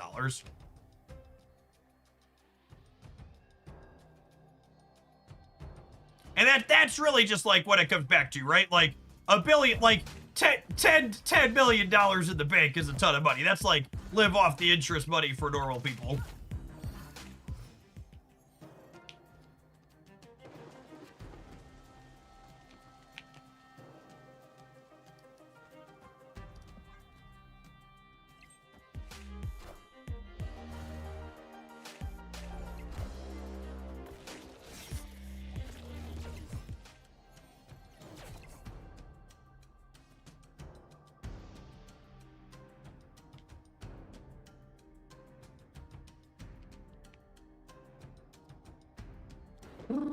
All right, so we're gonna do this.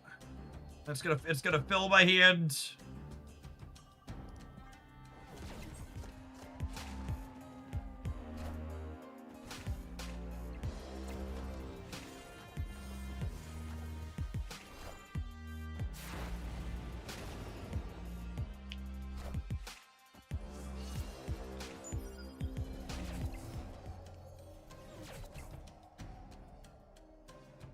I googled your net worth and it brought me to your website. I don't know what the internet thinks my net worth is, but whatever it is, it's significantly less than that.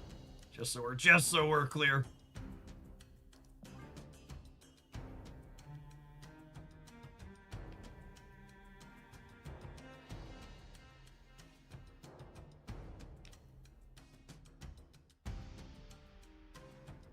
My current net worth is on track for might be able to retire someday if society doesn't wholly and fully burn down.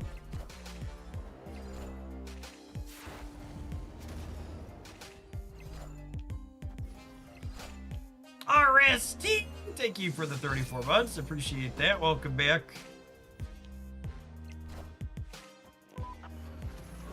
We're really close on that one, absolutely.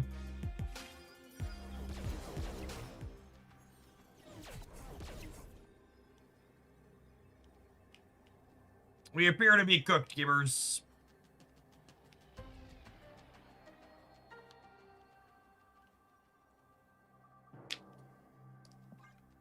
As you will put it.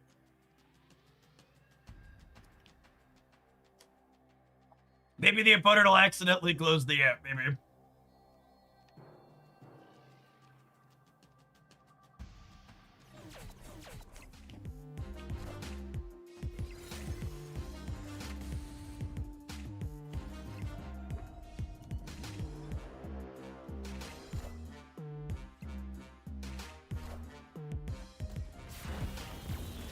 Are there blog posts up on my website still, Soyo? I bet there are. I haven't cleaned out my WordPress in forever. I bet there are old blog posts up there still. They're just not publicly linked on anything from there. There's no navigation to them. You have to find them cached from Google or something. It's funny.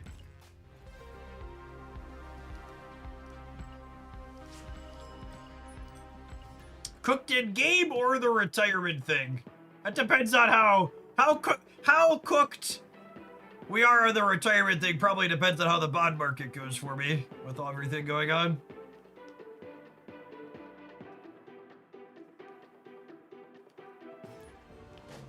Will those blog posts be like Magic Deck Guides or something? I don't know. It's a lot of miscellaneous stuff. Like Soya said, there's like a review of Eternal card game.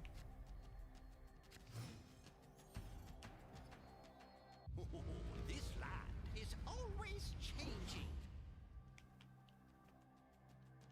Shang-Chi! Fuck that game. Shang-Chi Ant-Man. What's going on over here? Shang-Chi, Ant-Man.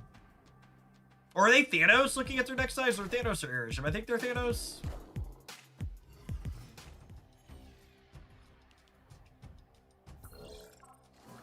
Oh, for the love of Brood, stop putting cards in my hand. Please, I'm begging you.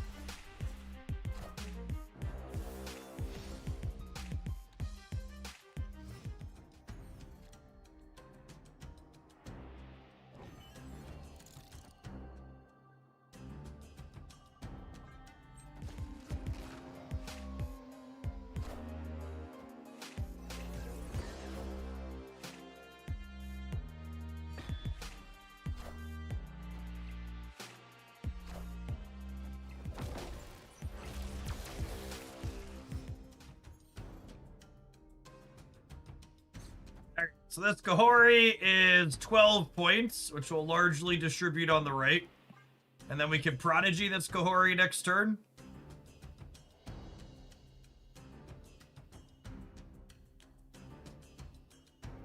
Jeff, can I request you on LinkedIn? I hope and I pray that my LinkedIn page is actually never going to be relevant.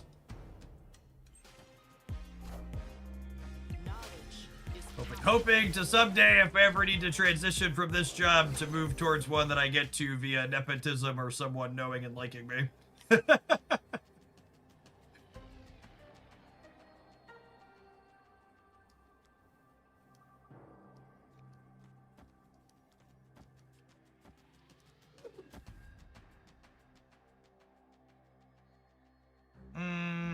I put the bigger one here? No, this is probably enough, right? It's gonna be 11.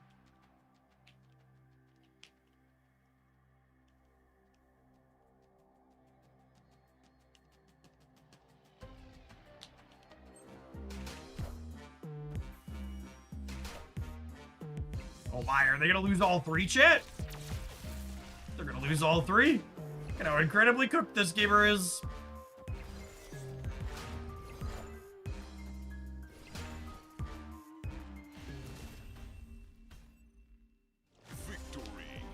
You said the word transition, and therefore your name has been bolded and underlined on the list. Oh my goodness, I saw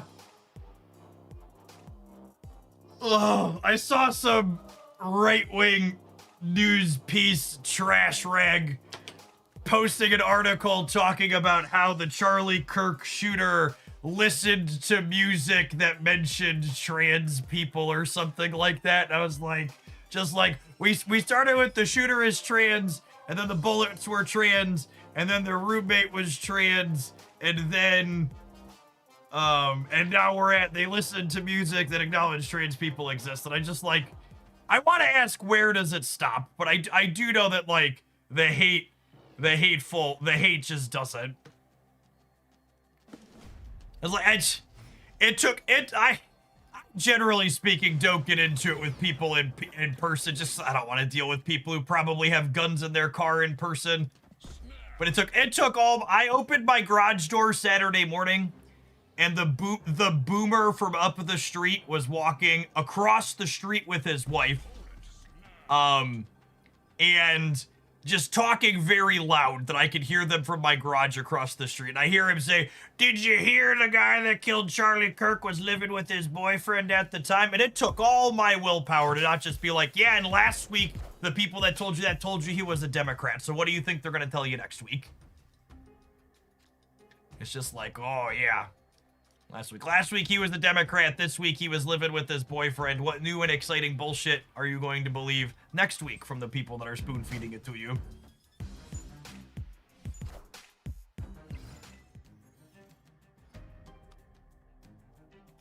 This is perfect. Oh, wow. So I think I'm actually not free-gaying here. I think I'm going Valentina, Ant-Man, and then I'm going to Bastion a lot of them over here is the plan.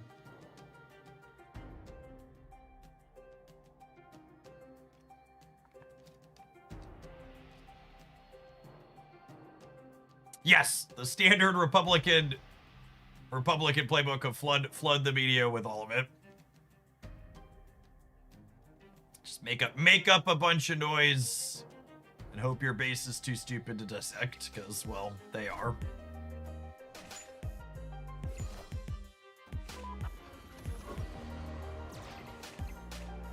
Ooh, piece of candy. I'm really confused that they keep giving me cards in the center. Do they not understand I'm a Victoria hand deck? I don't get to copy Ant-Man here, which is a little sad, but that's what it is.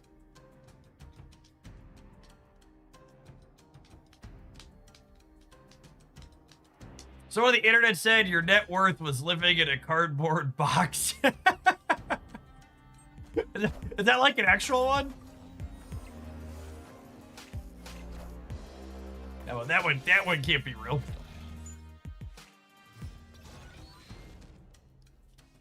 I live in a house. It's surrounded by cornfields, but it's a house. I don't think I want to give them a Quinjet. I guess the Quinjet's only a 2/3. I could totally give them a Quinjet. I don't want the Quinjet to die because I want the Red Hulk to get cheaper.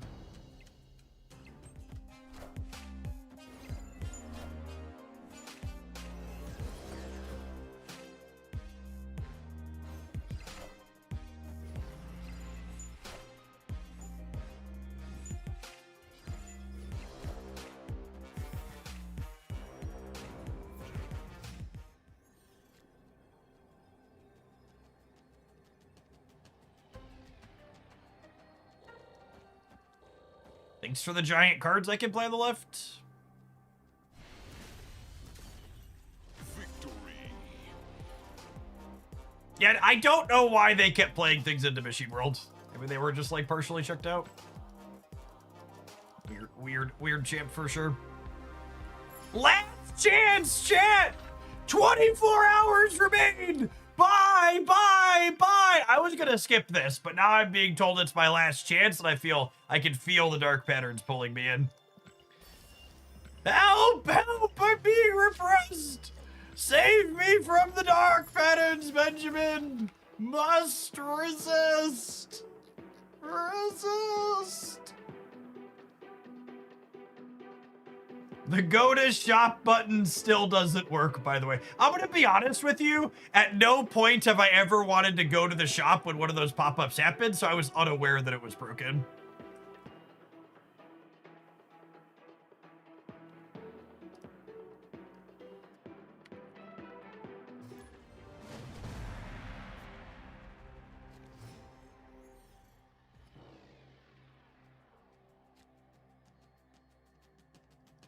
Jeff declares advertising doesn't work on me. Why would they start doing that after 3 years? I mean, they're doing it for the same reason these applications and companies do everything that consumers say are annoying. They put the pop-ups in because they work. If those types of things didn't make money, they wouldn't be in the game.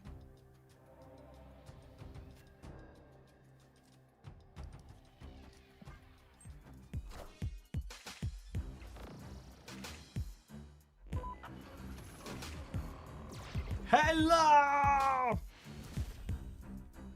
Victory.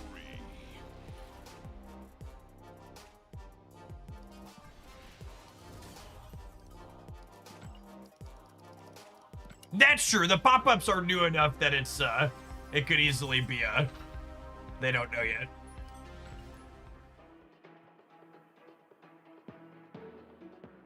Jeff says as I click purchase on another limited time offer in Dark Legion.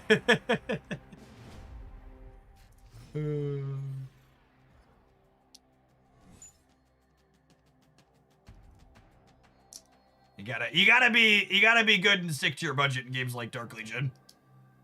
People think games like Snap are expensive. Games like Dark Legion will take all of your money. Snap just wants some of your money. Dark Legion will suck up all of it. Love me a character collector game.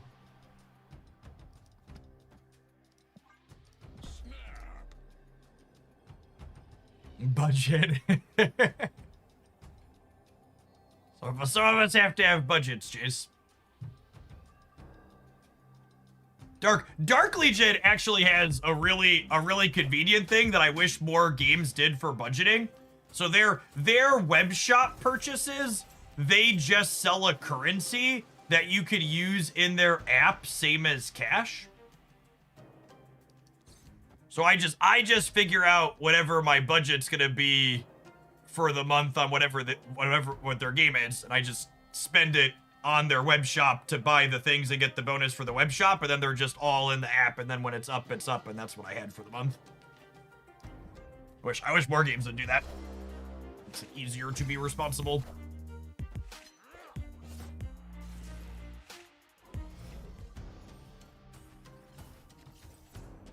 Oh my goodness, too many rocks. Too many rocks!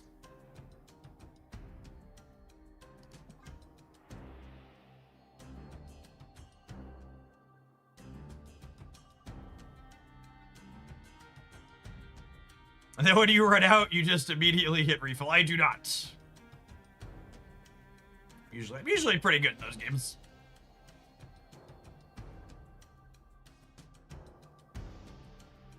Are we cooked? I feel a little cooked with all these rocks in my hands. Don't you dare. Don't you dare. All right, that was like... Oh, come on! This fucking guy.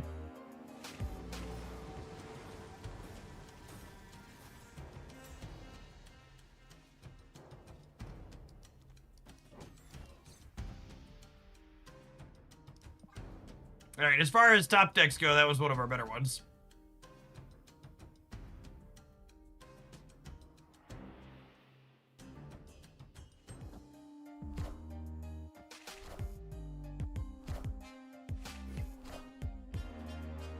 Cirrus, thank you for the almost 2 years and for the quarter of a year in advance. I plan to be here. Thanks for keeping me around.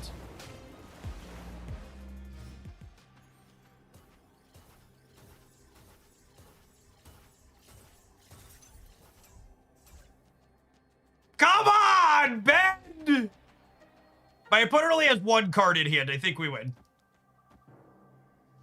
My opponent only has one card in hand. I think we win. Yeah! Yes! I knew our hand rocked, shit. Now look at how good we are. We're so good at this game.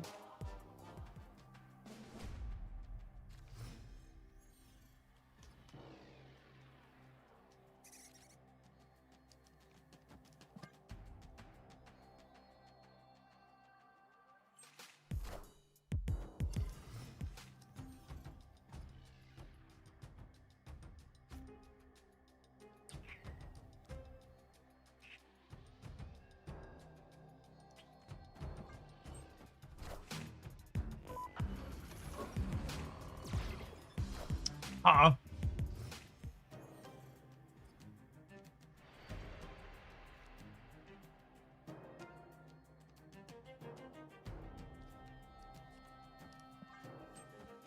Such is my judgment.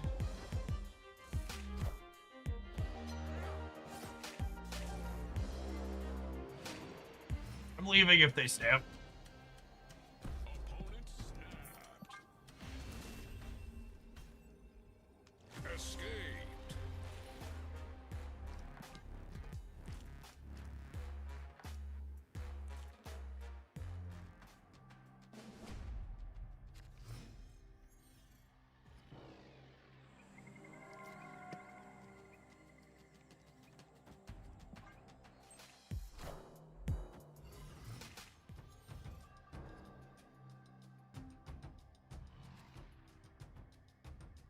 Feeling a surge coming on.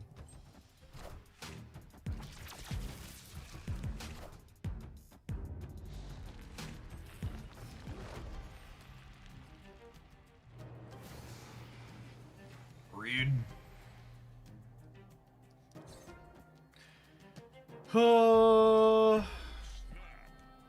Snap, the Catalan's worse for them than us. I'm losing my surge bonus, but I'm turning 3 cards into 3. They're probably turning 4 cards into 3. Oh, yeah, let's play for all of it, bud. I.O., let's go.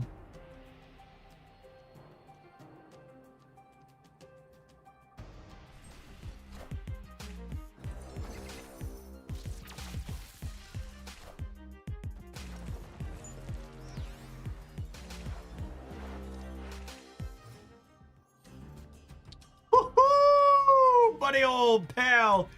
Oh, buddy old pal. That'll do, pig. That'll do. All right, I'll take a bastion off the top, please. One of your finest bastions, please, deck.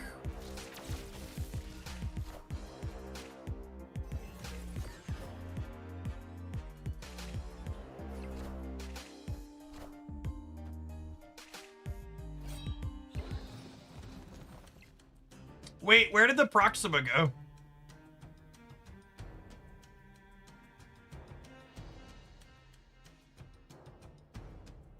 Wait, well, their lowest power location wasn't available, so did it just disappear?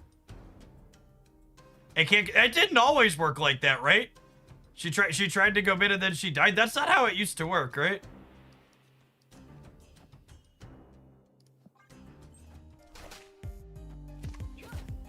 They only have 1 card in here, and then it's a swarm.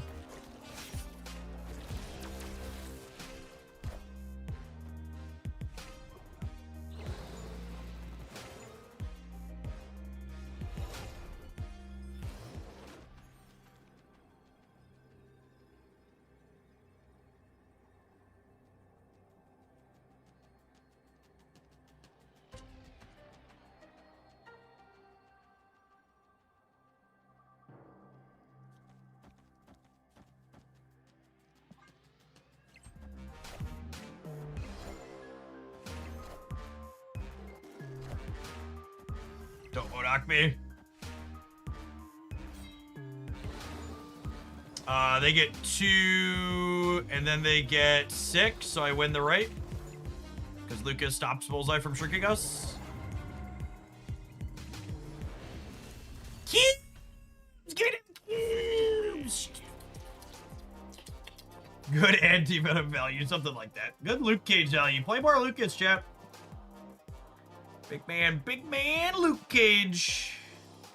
He's my boy. Lucas and I, we go way back, gamers.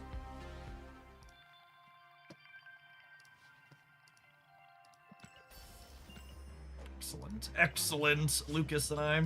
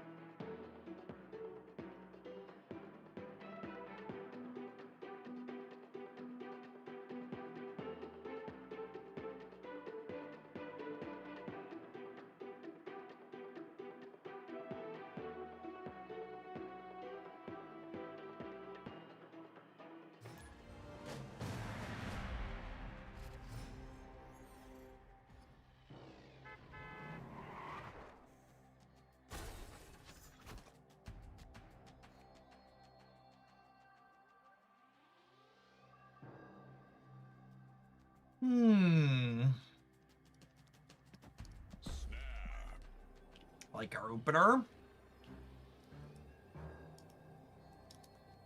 Which games are you having the most fun with it, though? I think there's a ton of great games at the moment. Like, Snap's in one of the best spots it's ever been after their OTA change, tapping down the tech cards. Once Upon a Galaxy's been super fun. Genshin Impact just released a major version update with a whole new area that I'm having a good time with. DC Dark Legion that we were talking about a little ago has been my mobile character collector game.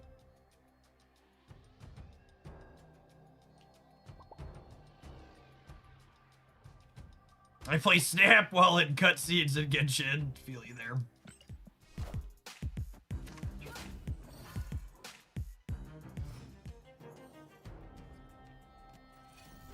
Oh my!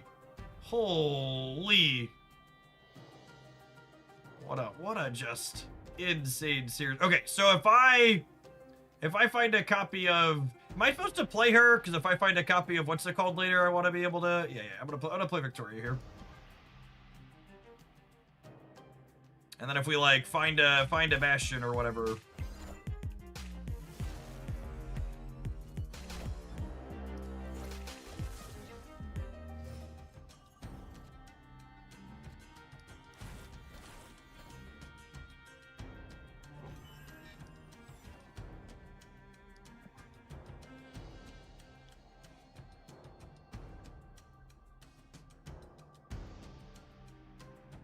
Okay, and then if we top deck Bastion next turn, we could go Victoria hand copy Bastion, grab all of them. And these Chongas are a little bit smaller because they're showing 2 bigger than they actually are because the Victoria bonus is going to go away when they merge into her. We still have a, you know, massive lady.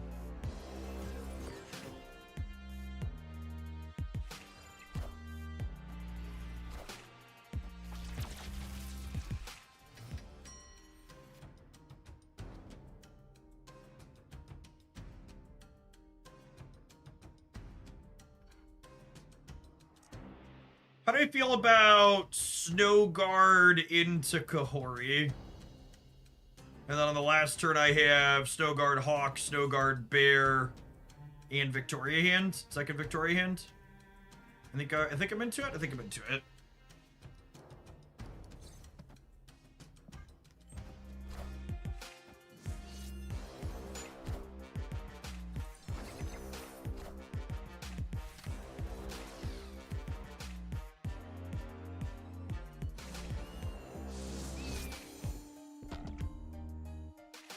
You know what? Honestly, I accept.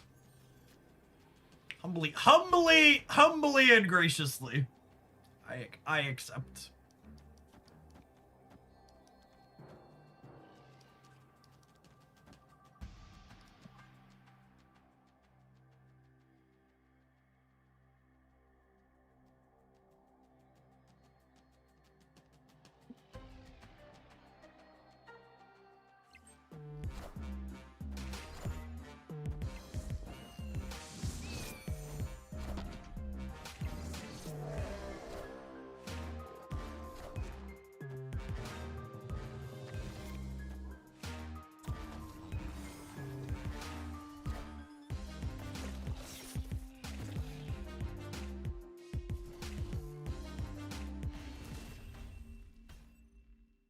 Victory.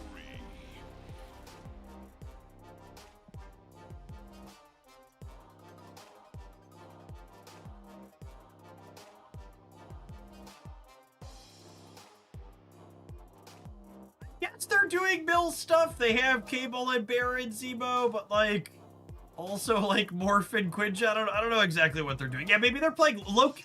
Loki would make the Quinjet make sense and Copycat. So maybe there's some kind of weird just like use your cards meme deck. I think you use your cards meme deck would explain the Morph and the Quinjet.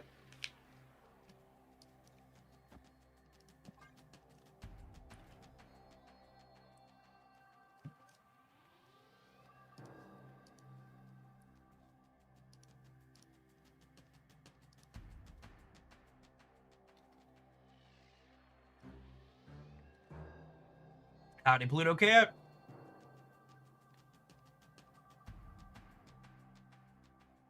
Hello.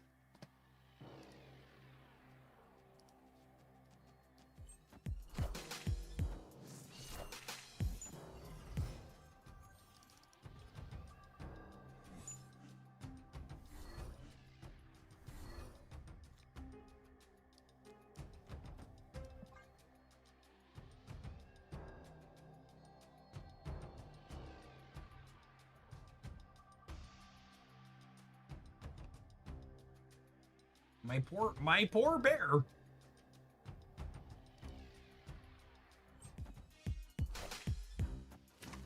All right, so they have a 3/5 Snowguard Hawk. 2/5 Snowguard Hawk. They have a Quinjet. If I had a nickel for every time Valentina's made Living Tribunal today, I'd have 2 nickels, which isn't a lot, but it's really weird that it happened twice. Could you fit Prodigy into this deck? Yeah, I've played Prodigy in these decks before. You could, like, get rid of the Luke Cage Anti-Venom package, I suppose, if you wanted to play Prodigy. But we played something close to this that had, I think it was Prodigy and Silver Surfer in the Luke Cage Anti-Venom slots.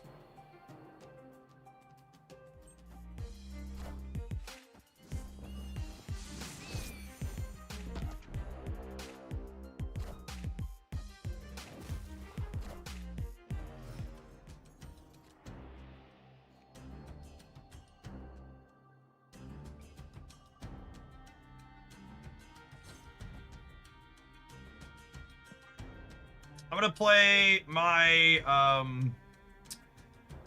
11 power Kahori here, and then we're gonna Bastion Kahori back to my hand, I think. Is Bastion optimal with Victoria like Frigga? I think so, Deadly. I think basically every Victoria hand deck wants Bastion moving forward. Does Bishop fit in this deck? Absolutely not. You're not playing a very meaningful amount of cards.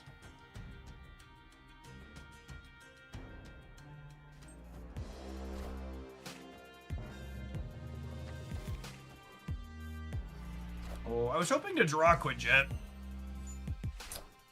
Sad that we lost it. Clear for takeoff.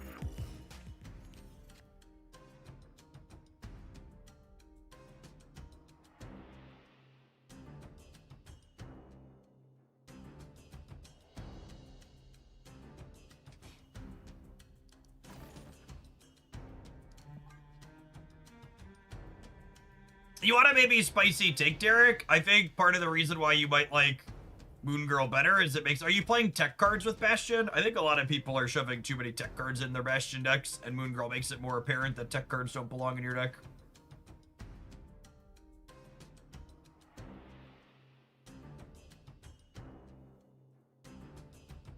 It's part of what it comes down to.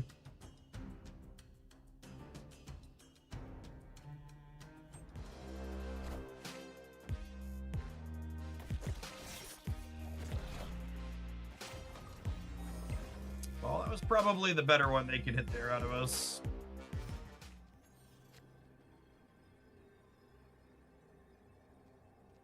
So Luke makes Kahori 6 points. We have a freebie on top of their deck. We know they're staying because they made a really loose stay in the previous game.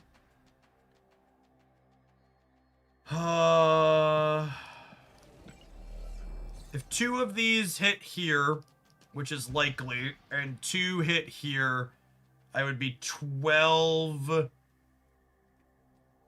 would be 12 to 5 over here. They would need to put 8 on the right. It feels like there's probably a decent chance they have 8 for the right, yeah. I think we're likely supposed to leave. I guess one of their cards has no points of power for Anti-Venom, though. I don't look for one more. We're ahead. Like I said, I'd be shocked if they leave. They stayed in a pretty loose spot in the first game, so I assume they're going to win it. I need 2 Kahori triggers on the left to win there.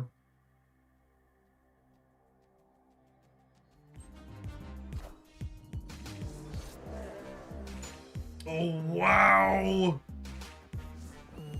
That's so rude.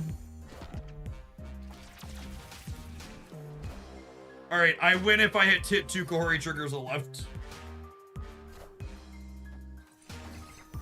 God damn it. Ah. The bear to discard my hand to do my Kahori is so rude.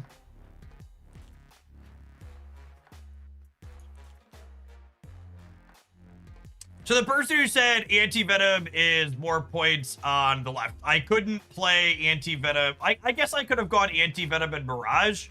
But on average, this was, I guess maybe that is the better play just because anti-venom it's anti-venom guaranteed to it. No, anti-venom would have tied, right? Because Kokori added 7 here. No, anti-venom's the wrong play. I needed 8 on the left. And Kokori with 5 cards on hand was on average 8 on the left.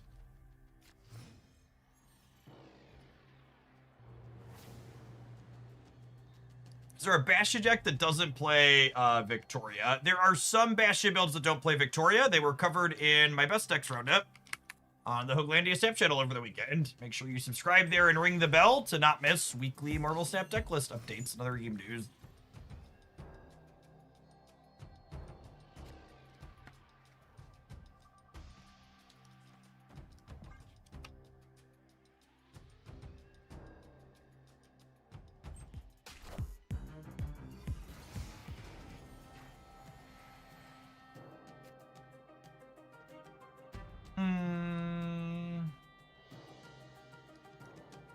How are the stats looking on tech cards at this point? All the cards they nerfed have pretty mediocre numbers, as expected.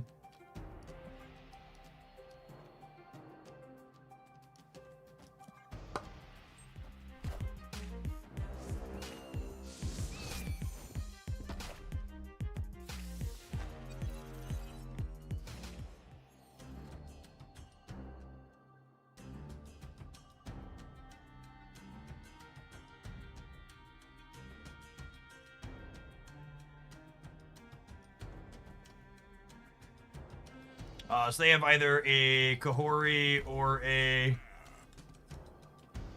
anti-venom. I got a Snappier in a pretty okay spot. Got a lot more points on board than them and a Quinjet. We're setting up anti-venom potentially with free to copy it.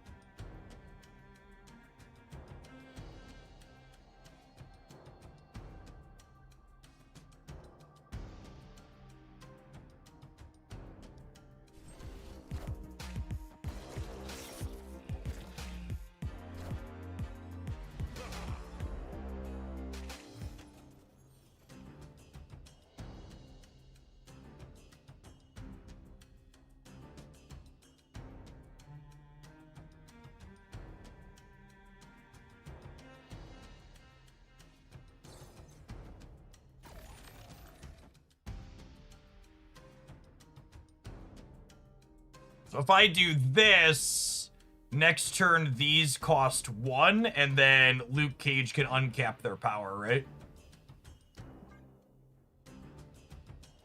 And he'll add 3 back over here. Anti-Venom Bastion's kind of sweet. These big swing kind of turns that wouldn't be able to generate otherwise. Especially in tandem with the Quinjet here.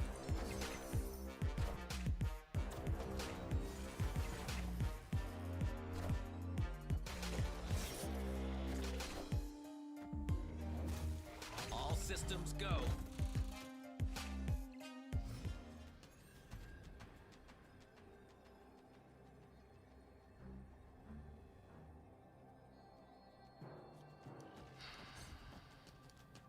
So this is 13, 19, 21.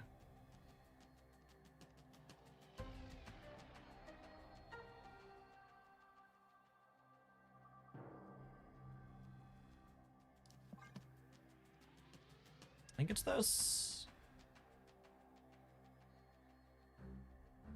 It could be right to punt the center. Oh, is bear more? The bear costs more energy. The bear costs 2 and the hawk costs 1 because the hawk is set to 2 and then discounted.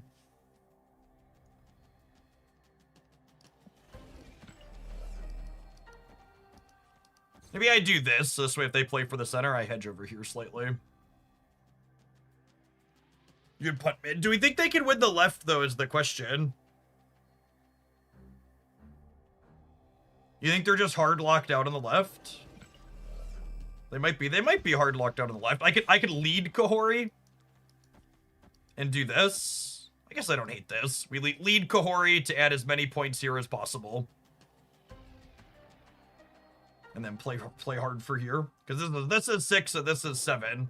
So this is 13. I'm going to at least 19 over here. I am gaining 3 over here as well. This is probably better. I think there's a good chance both our lines end up winning it. I'd be based on what we've seen out of them, I'd be surprised if they could beat us on the left, so it probably makes sense to play for the right.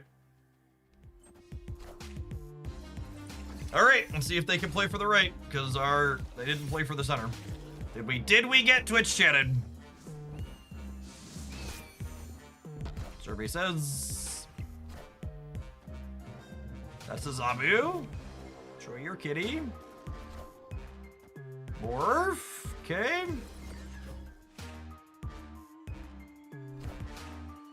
Cool. All right. So as said a moment ago, both our lines end up winning there. Victory.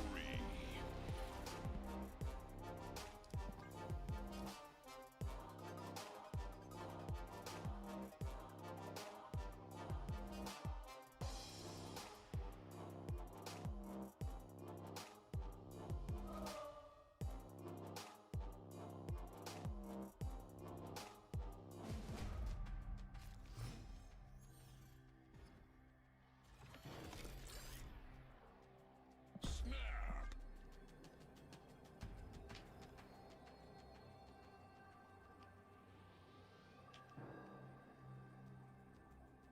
Opponent snapped.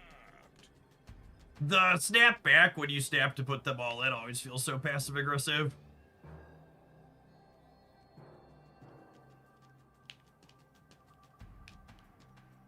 Just like, ooh, daring today, especially when they haven't snapped at all for the rest of the match.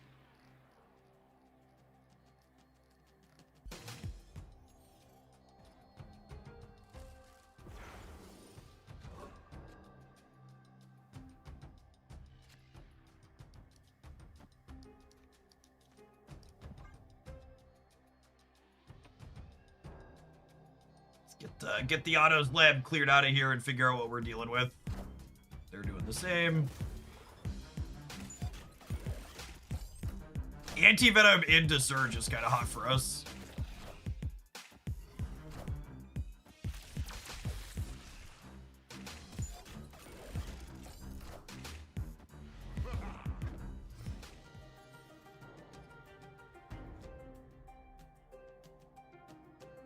Well, golly.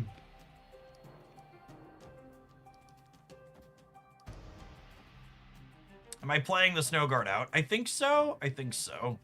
I wanna end on Victoria though.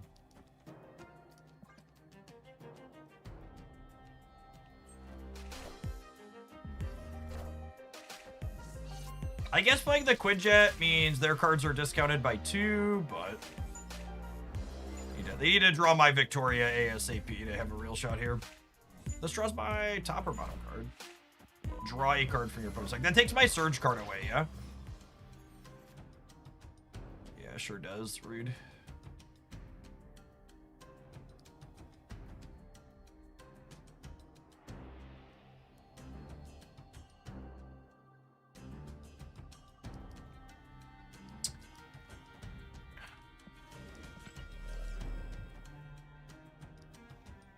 I wonder if I'm supposed to Snow Guard Hawk.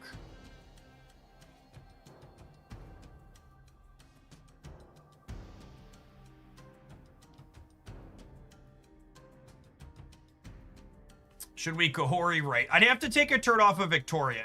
So I can Victoria this turn, and then I can Victoria Kahori next turn. Although Kahori just spreads a lot of points. Maybe I just want a lot of points. I could do this, and then I could go Victoria Kahori next turn. That's fair.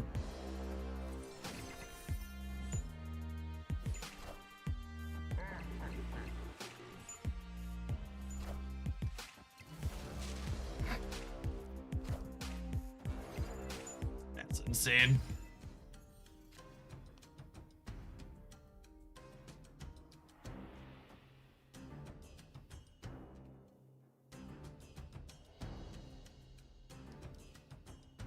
Oh, their super scroll is copying all my Victorias.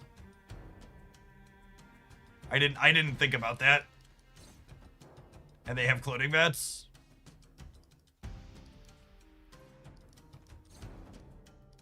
That's what it is. I think we're dead. That's fine. We've got 4 more shots here, right?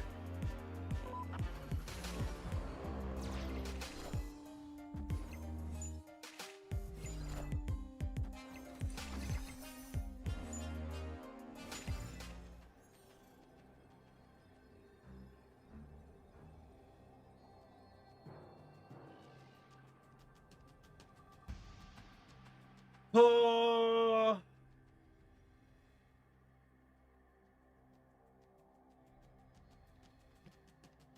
So it's Bear, Victoria, Kohori.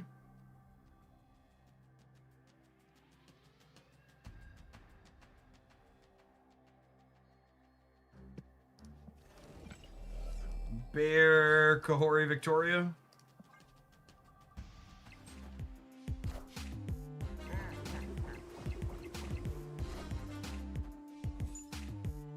Cooked.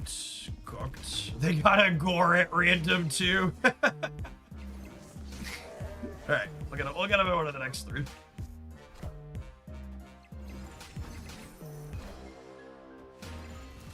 We'll get him in one of the next 3.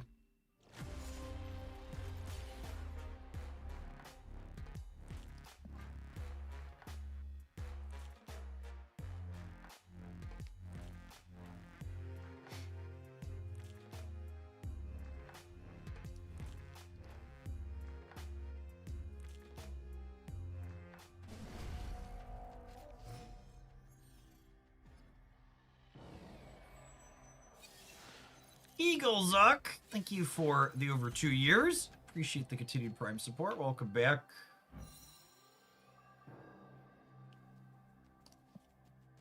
Alright, so we both have a Mirage.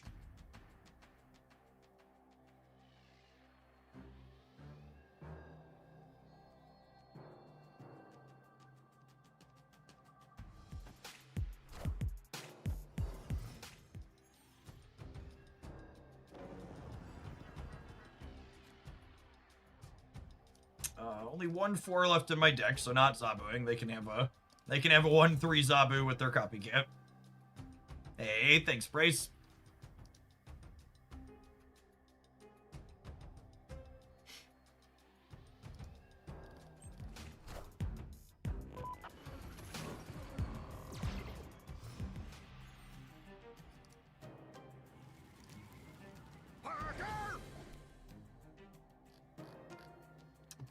By the way, shout out to Brace Meets World in chat. Following Hoaglandia since November 1st, 2023, literal first chat message, happy partner anniversary. They say the perfect Twitch chatter doesn't exist. They were wrong. It does exist. Copycat is Barrage here.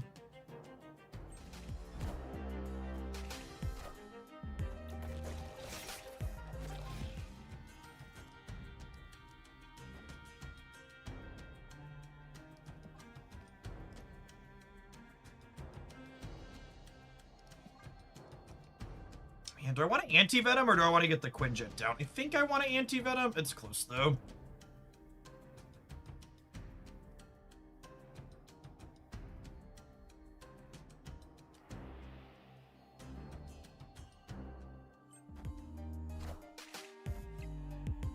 They have so many good hits here. Holy. And they just got either a Kohori or a Spectrum.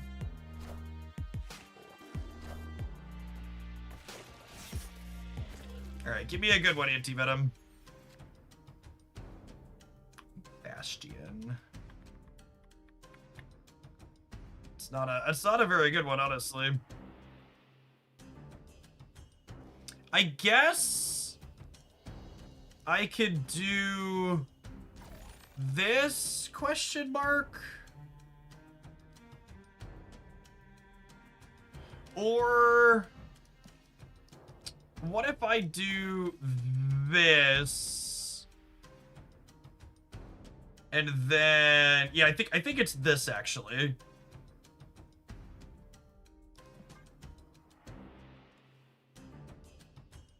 Anti-Venom Bastion is sweet. Bastion is definitely a very resource-hungry card. And having Anti-Venom with it has felt really clean. Good enabler.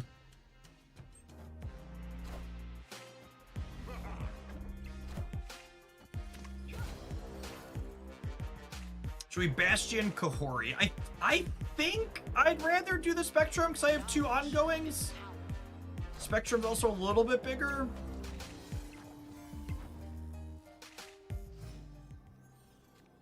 So I get Luke as another ongoing now as well.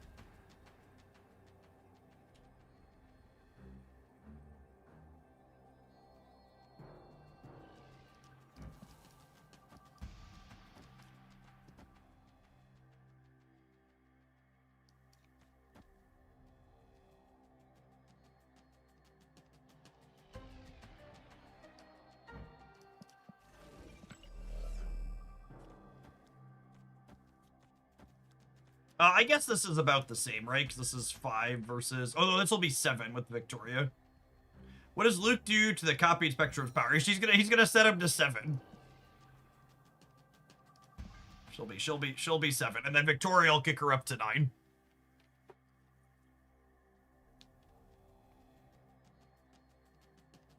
So they need to contest us in the center and put power on the left and the right, because we're going up to 16 on the right and we're going up to 14 on the left. So we're going to some large amount in the center and then a bunch here and here as well. All right, then hopefully we win mid. Knowledge is power. I think we're much bigger than 19, yes? Oh yeah, significantly bigger than 19. Sweet game. Well, I guess they're getting bigger too, but so are we. Is power. Knowledge is power! Every bit of our Buffalo came together that game, right? And really, one of the standout things in my mind from this game, and this is kind of why I liked Anti-Venom with just the Frigga package as well, is our Bastion was powerful this game without needing to copy Victoria hand. And I really feel like that's gonna be key to figuring out the best thing to do with him. And that always seems like the trick in these Victoria hand Frigga decks, is figuring out some other thing that you're using your copy effects with for when the Victoria hand doesn't show up, right? Like, obviously the games where you like make 3 or 4 copies of Victoria hand, things are going really well for you. But the games where like you do something functional and reasonably powerful where she doesn't show up early enough to copy, like that's important. And Anti-Venom feels like it could be that thing. I've liked it with Frigga for reasons similar to this in the past. All right, well, I definitely want to play more of this one. We take a brief pause for the cause to let some adverts roll. Appreciate everybody hanging out this afternoon. If you're watching this on YouTube right now and enjoying the content, make sure you tap the like button. BRB gamers, don't go anywhere. We got more stuff coming up today.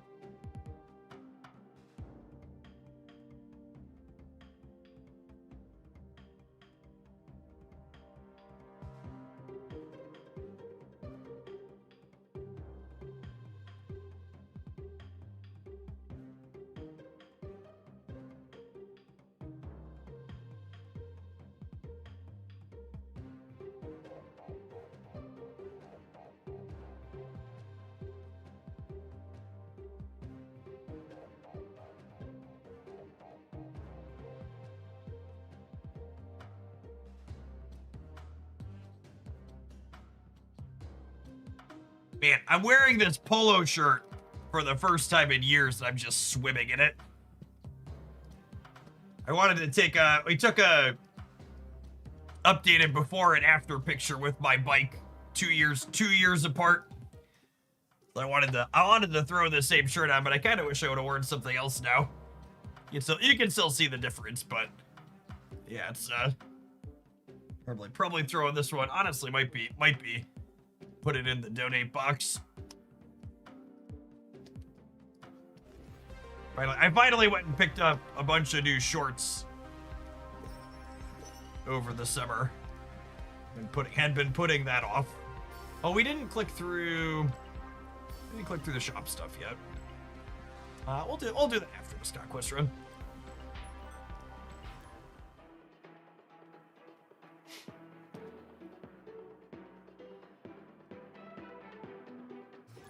T says, thank you for the 19 months. Appreciate the over year and a half. Welcome back. Thanks, Ash.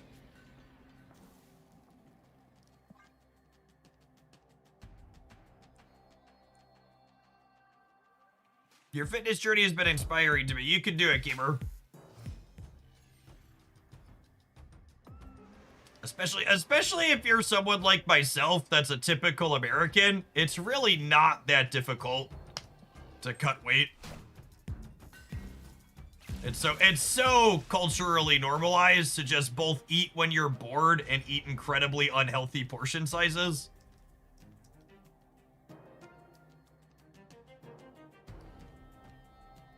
Ooh, this is a fun curve. So this will be 3 power and then anti-venom will be 10 over here. And they missed their 2-drop in their Quicksilver deck. So you should basically always snap a Quicksilver deck when they miss their 2-drop.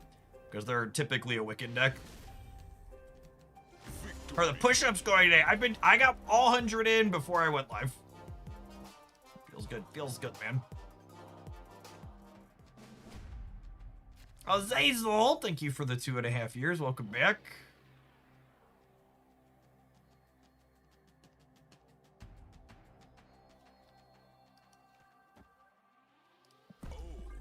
I guess I would say I'm gonna stab Zobon 1 into Victoria Bastion, but the Zobon 1's not doing much, but Victoria Bastion's still pretty good here.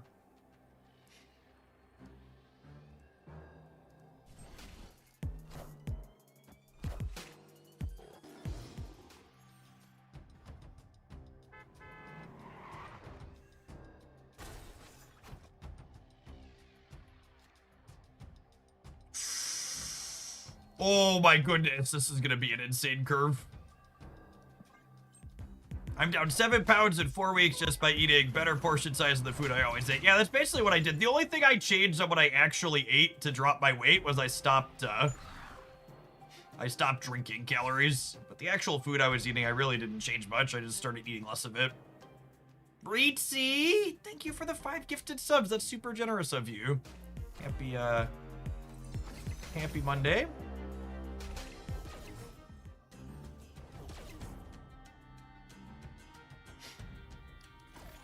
So now I get to Bastion these two, and then I get to go Victoria Hand, Chimmy Victoria, Frigga the Chimmy Victoria.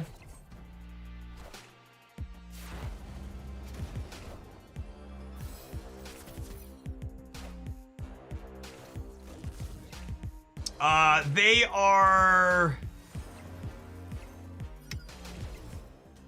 are 50% to have a what's it called arrow here. Do I do this now?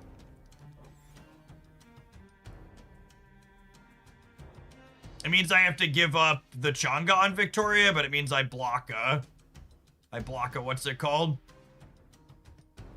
That's so close. This is really appealing. 9 power Victoria is an immense Victoria. Opponent snapped.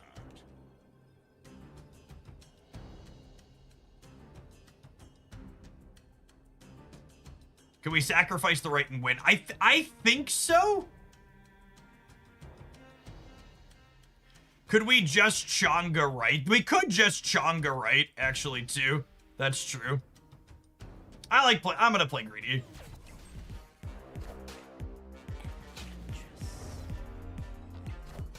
Oh, they're just snapping having a tech card? What a gamer. What a gamer, just snapping, having a check card.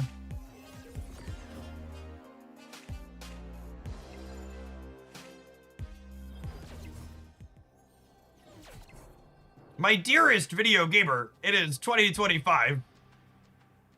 Year of the doing your sweet thing.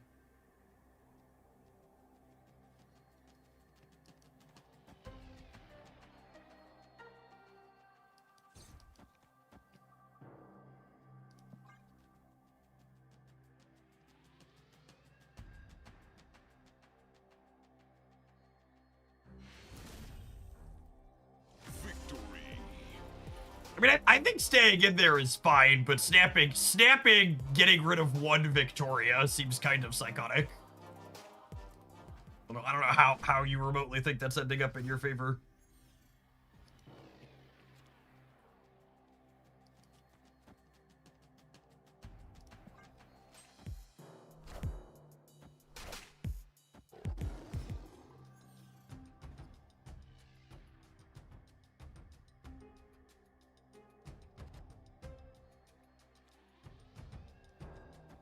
Oh, snap. Opponent snapped. Strange Academy can make things go sideways, but we might just be on the Snowguard Hawk on 5 plan. You can take the tech cards from their hand, but you can't take it from their brain. That's true, you know. All right, free god top, come on.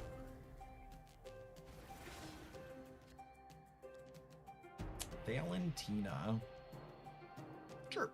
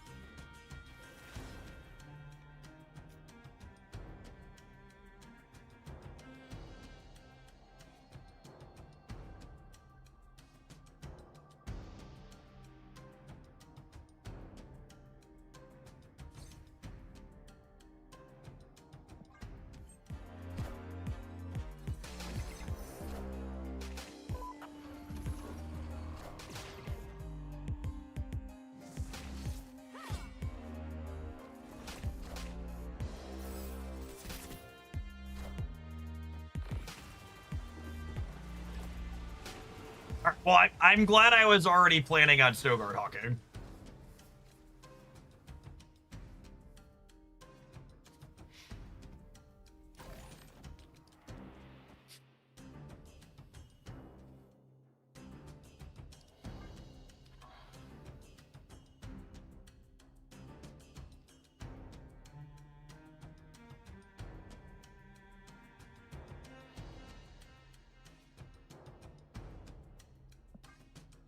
Should you hawk left because of Acid Arrow? That's an interesting thought.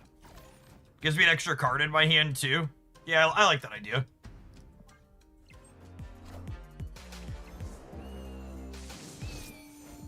Yeah, I can play all 3 of these as 2s. Because Kahori and Victoria even put more points to the left.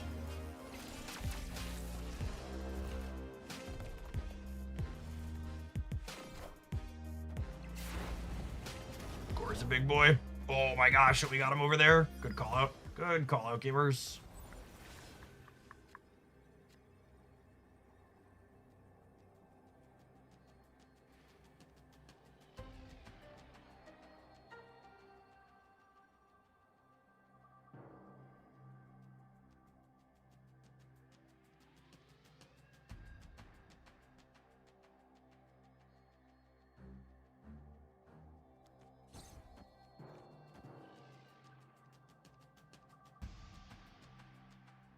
Do I want the Hawk in the center for tiebreakers, or do I want... Or do I just want one more card in hand to put chance to put extra point on the right?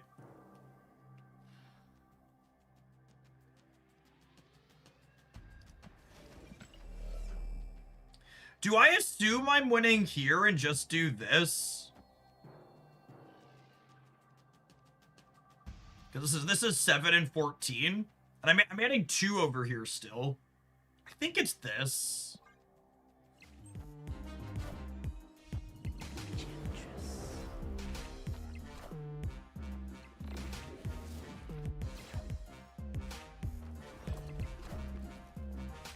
Yeah, they're just cooked. Says local man about to be world shipped. Oh boy. Oh boy. Oh buddy old pal. Victoria hand 1. Enchantress 0.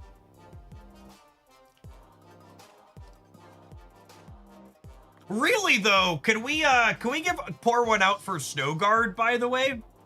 So I talk about this every time we play them, but really I feel like we should all just be playing significantly more. Oh yeah, the Hawk would have stopped World Ship too. Yeah, I think that's right. We should all be playing more location variance mitigation. Quake, Snow Guard, Legion, Nocturne, Scarlet Witch. Whenever I play any of these cards, I'm just like, I should play way more of these cards. They're so good. They smooth the variance so much and win you so many games.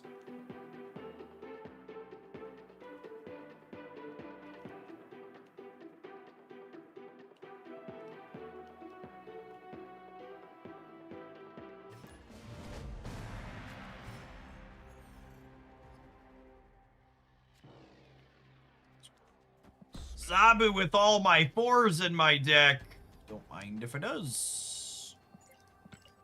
Don't mind if I does.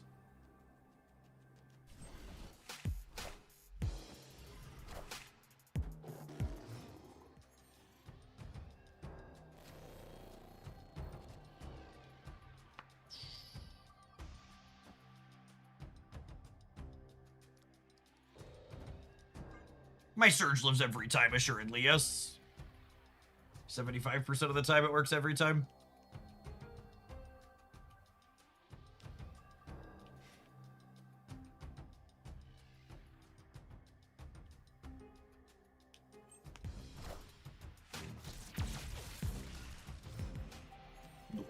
Noise?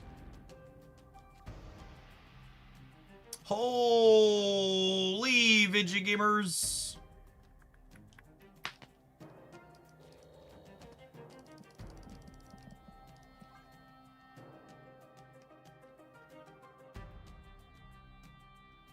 I'll do, pig, I'll do. Is 2/8 anti-venom good? If so, why? Please explain for me. Don't you dare. Don't you dare! I'm so mad right now. You don't even understand how mad I am.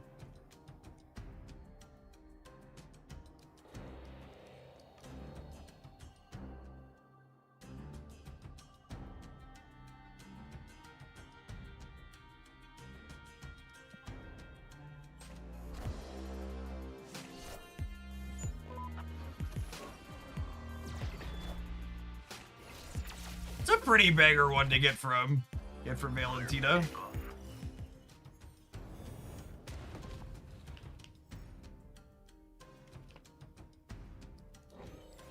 And we even ended on Victoria here, nice and clean. Nice and clean. All right, can I draw Luke Cage off the top? The old -1 cost displayed on Victoria there. Lucas, oh buddy, old pal, Lucas, please, Lucas, come back to me. Lucas, to me, Lucas. Mirage.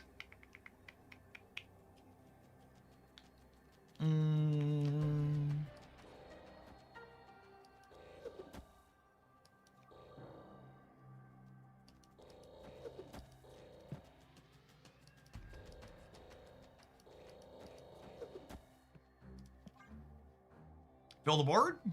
They have to be leaving, right?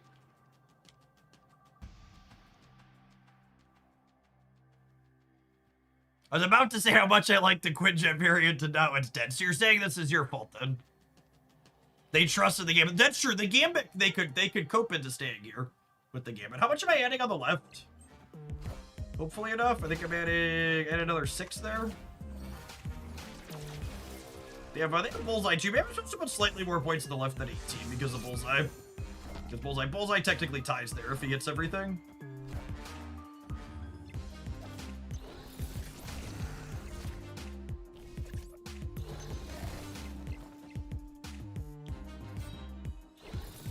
Assuredly we're good, yes.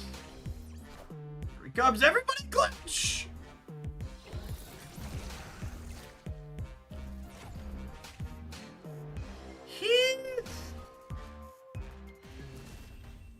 Could have gone worse. Could have gone worse!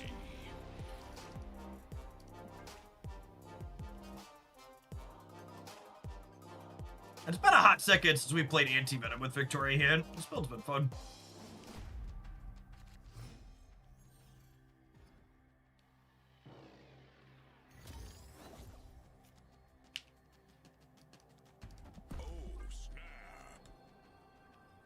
Look at this lovely Zabooby.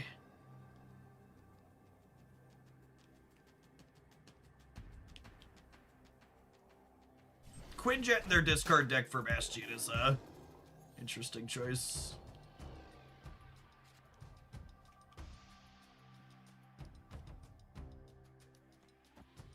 Their deck has such strict sequencing requirements. I think I'm gonna give them Surge here.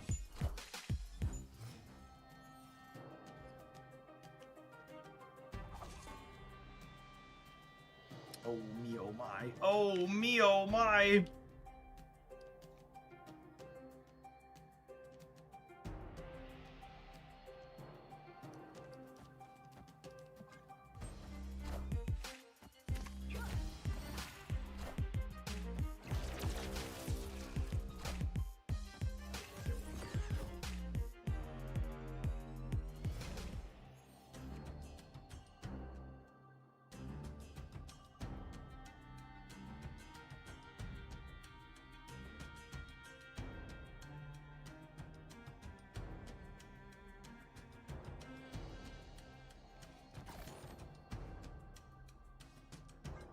One 6 copy. You dream so small, gamer.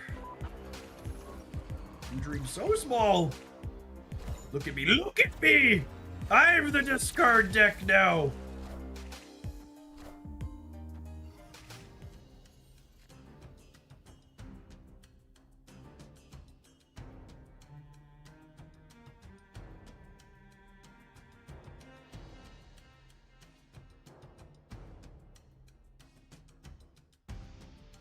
We can actually win this game.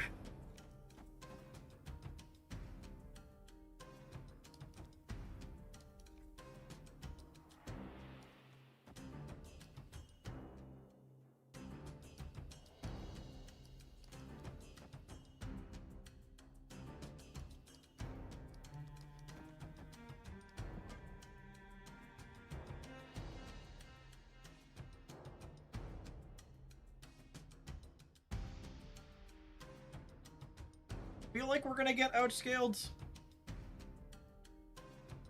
I think I'd leave if they snap me.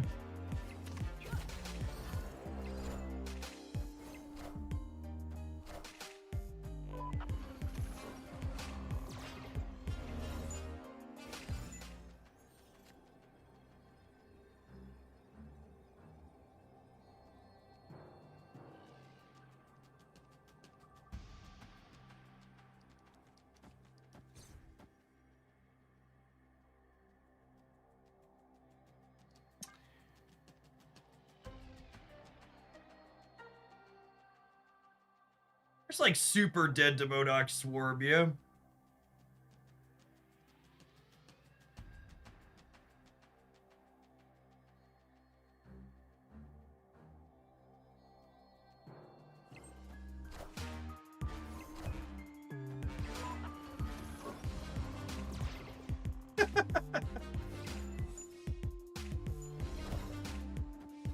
Yeah, but Machine World giving their collectors a little boost too. It certainly isn't helping either. Wait, they bullseyed already, which means they don't have the swarm? Wait, they had the swarm and didn't Modok first? That's gotta be wrong, yeah?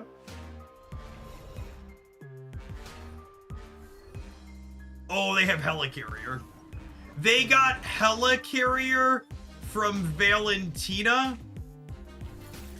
Are you forking shirting me right now? Oh my god, we won the tiebreaker anyways. What Benjamin Brode's wild ride this afternoon. Holy.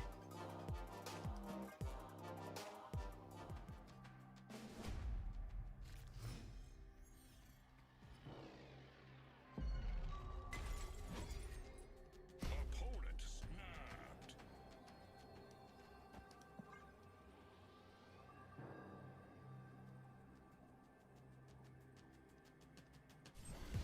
What's your take on Charlie Kirk being used as a martyr and even getting the flag at half-mast treatment? I think every loss of life we experience due to the gun violence epidemic in the United States is pretty unfortunate.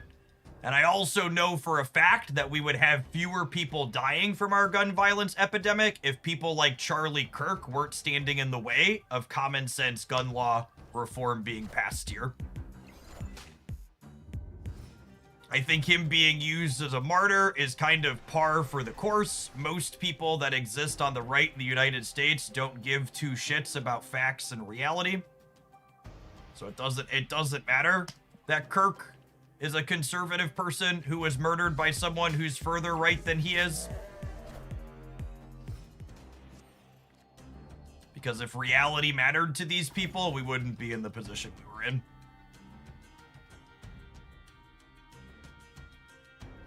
This is gonna brick a draw, but I don't really have a good way to not brick a draw, and I want extra points of power here. We have Lucas this time around, which is good in Quantum Realm, and it's good against their bullseye, so we got that going for us.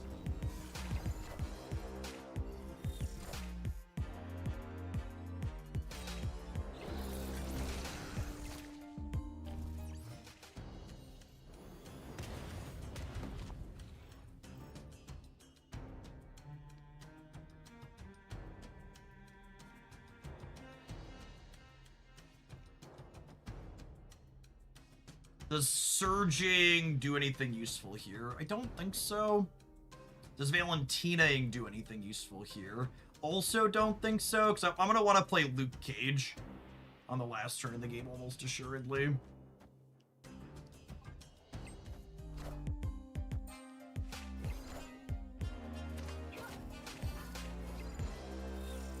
What a lovely scorn. You won't need this anymore.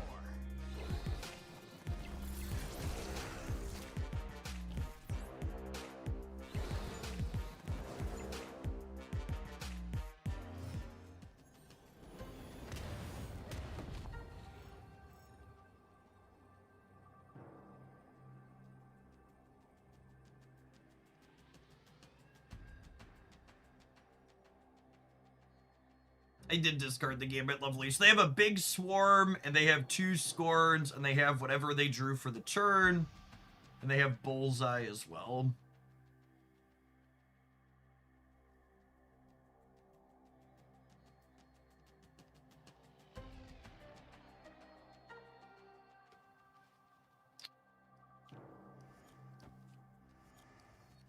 Man, I don't know if I'm supposed to play for the center or not. I think the answer is no.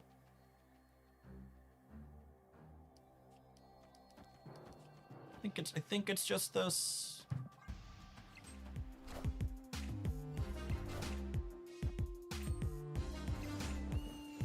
Hopefully our 10 points on the right is enough. Might not be.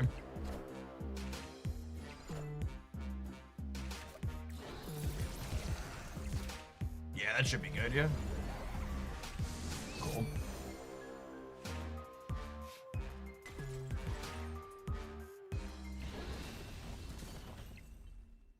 Victory.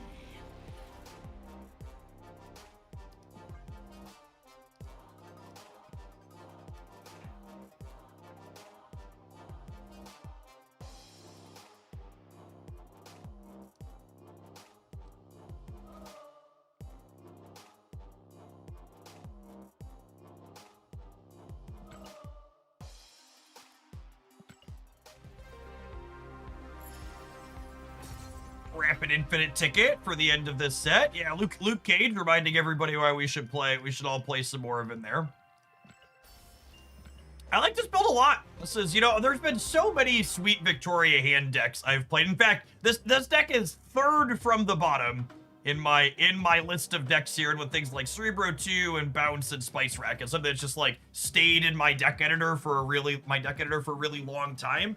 And tuning this up with Bastion felt really clean. I think the big thing that stands out in my mind from playing this particular build is Bastion felt powerful in a number of our games where we didn't have Victoria hand, like copying the anti-venomed card or copying a big Valentina thing with Luke Cage, undoing the reduction on it. There's like a theory curve that we didn't get to execute exactly in this deck, but you can go Quinjet into Valentina, into play your 6-drop, into Bastion, copy the 6-drop, and copy Valentina, and then like replay that 6 along with Luke Cage to get big stats. And even copying Kahori was relevant at times. The big thing Anti-Venom allowed us to do was like Anti-Venom on 4 and then like Bastion copy something big on 5 thanks to Luke restoring it, or Bastion being the thing that we Anti-Venomed.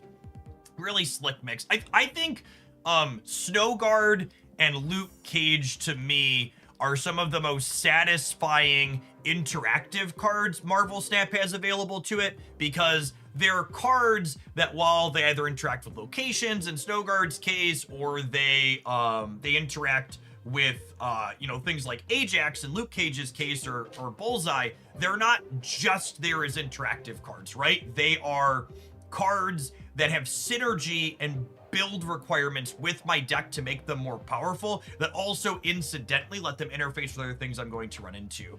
And to kind of bridge into talking about the current, you know, OTA world that we're living in, where they neutered a bunch of the most generically powerful tech cards, I've really loved these changes that they made to these, you know, the Shang-Chis and the Enchantresses and the Red Guardians of the world, where they made these cards that are so generically strong. They're some of the best tech cards you can reach for, and they brought them more in line with all of these other cards that have some deck building synergy around them. And even, I think even Enchantress is such a good example of, like, I love pushing her to 5, where like she provides some power to the board while also providing a key interaction point, and she even has like a meaningful deck building around with like Electro. And I really hope they rather than just rolling all of them back verbatim, they explore some of the direction with some of those cards. Like, I think an Enchantress as a 5/9 or even a 5/10 as a Scar enabler could be a cool move to push her in. I also really like that Enchantress being a 5 and Rogue being a 3 makes there's a meaningful energy cost difference in between them, where like Enchantress is a full hoser where Rogue tags 1. It's a really interesting dynamic, because like Enchantress being more expensive but gets a whole lane of ongoing, whereas Rogue is more efficient but is bad against decks that are all ongoing. It's such an interesting dynamic around it. I really hope they use the data to make decisions like they always do.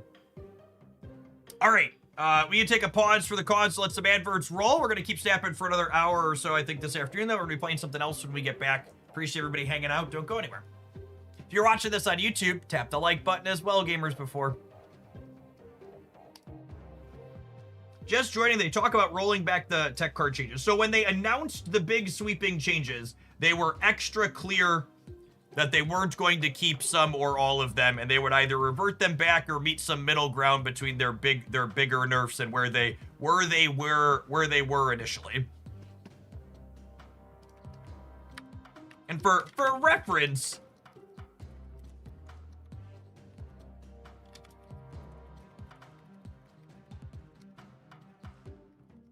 For reference, all OTAs are technically temporary in Snap, right? Like, if they miss in either direction, they're gonna change them back out.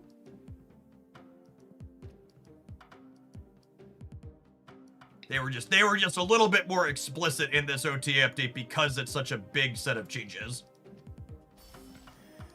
Oh, I had free Frigga boosters in here, and I missed getting them, so we got Frigga boosters from playing. What a punt. It's kind of a nifty one. God, do I want that one? Do I like this more than Cheeto Fingers? What are the odds I can get you to play a Toxic? I would 100% take a Toxic exhibition in. Void Wonder, thanks for the brand new Prime. Appreciate it.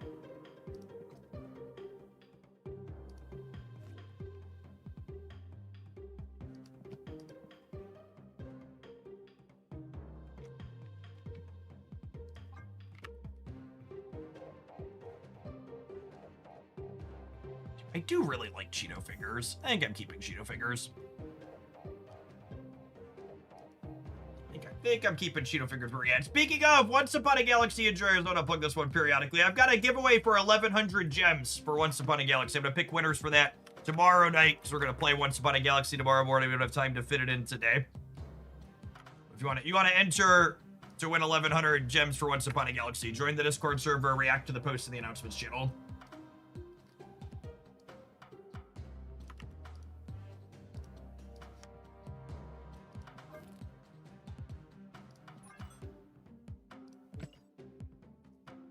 Oh, it's a Frankie Ray variation. Okay. Yeah, we played a little bit of this. We played a little bit of a similar Frankie Mockingbird core.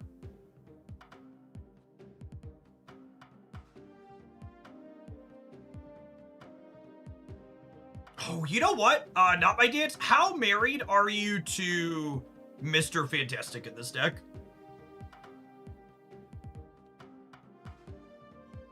What would you say if I suggested Herbie in the Mr. Fantastic slot?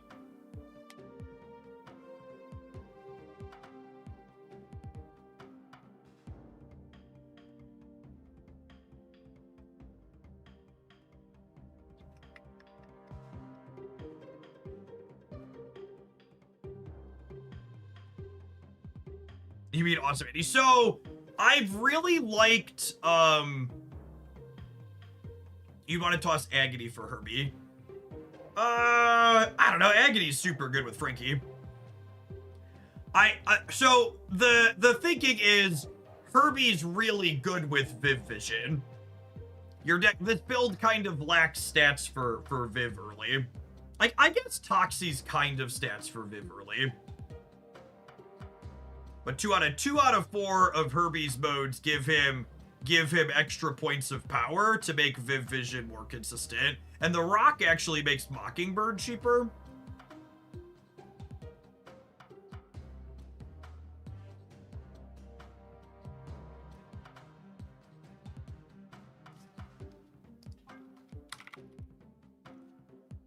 I can see Agony being the cut too. Yeah, that's true too. Like, all of our 3s kind of fight to play early. I think I want another 2. You want to cut Fastos instead of Mr. Fantastic? That's fair. That could be the call as well. I'll let you pick, Dance. Do you want to keep Fastos or Mr. Fantastic? I think there are similar roles in slightly different ways. I could take either of those.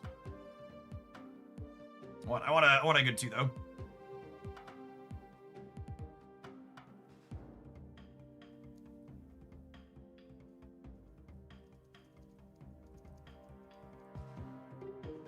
You should cut Fastos because you need Pedro boosters, unironically.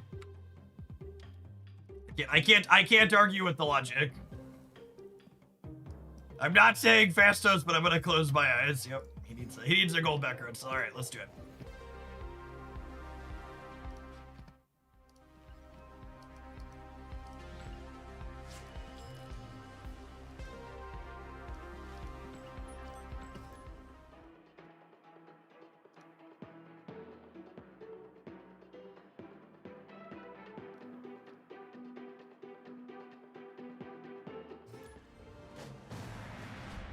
Mr. Jeff's arm over here. Yeah, exactly.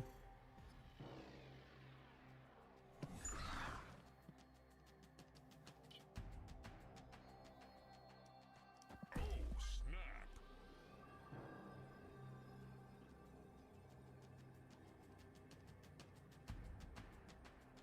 Opponent snapped.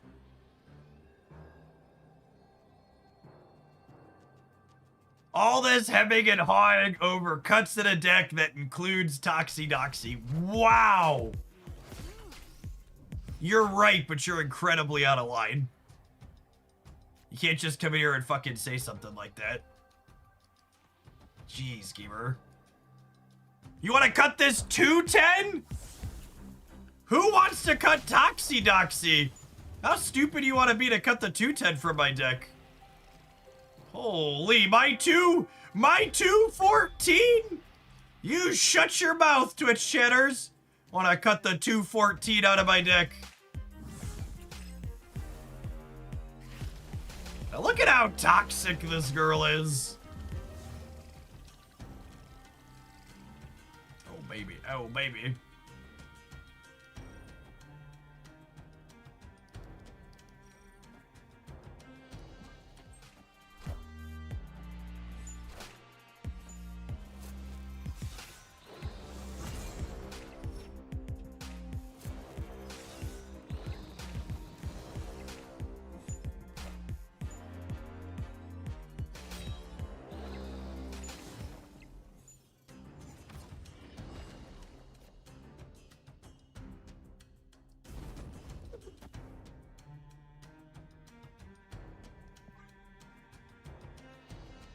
Does War Machine negate Toxie's downside? He does, but it's not worth playing. Any War Machine deck is just made worse by putting Toxie in it. We unfortunately seem to be in a position where a 214 doesn't cut it. I mean, you're right, but you shouldn't say it out loud. Thanks.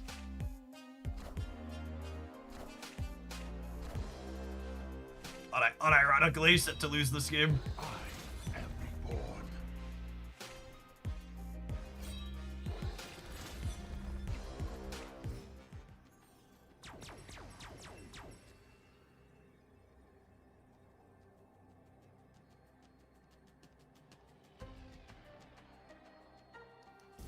All right, I'm gonna say 37 holds in the center, and we just gotta believe, yeah. We just gotta believe. We gotta believe that 37 holds in the center.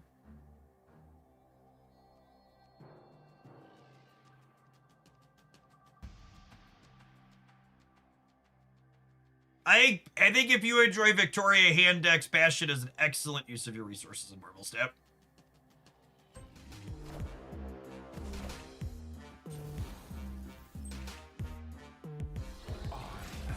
Apocalypse. Opponent did nothing if we won the game. Easy peasy.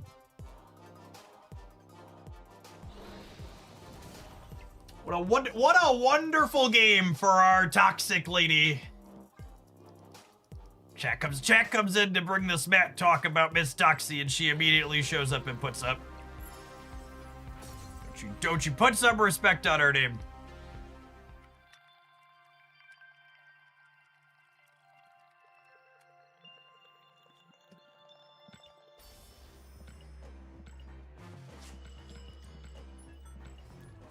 Onward, upward, backwards, forwards. Fine, I'm going to buy Toxie now.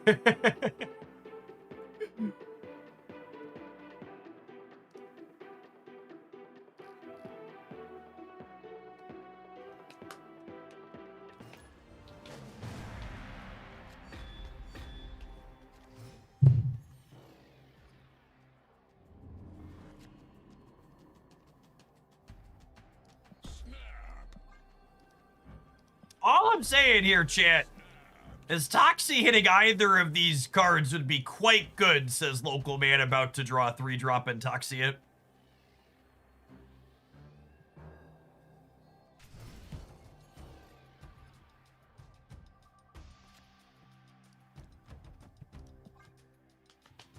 All right, Miss Toxie, 50% of our hand is good hits. She understood the assignment, gamers. She can't keep getting away with it. Holy, she's so busted.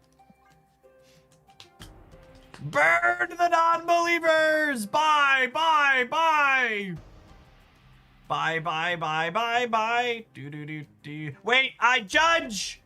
Do cards played into the dark dimension count for Sasquatch? Anyone? Bueller. Anyone? Is anyone aware? Do cards played into the dark dimension count for Sasquatch? I just sold all of my Nvidia stocks for Toxie. That might be a good decision, but for other reasons. Not because Toxie is good.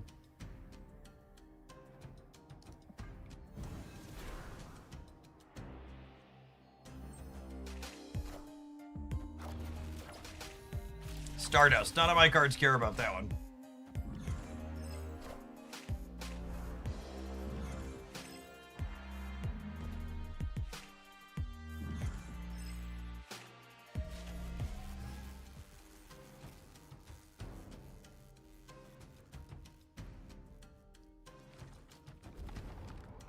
It does. They do count. Yep.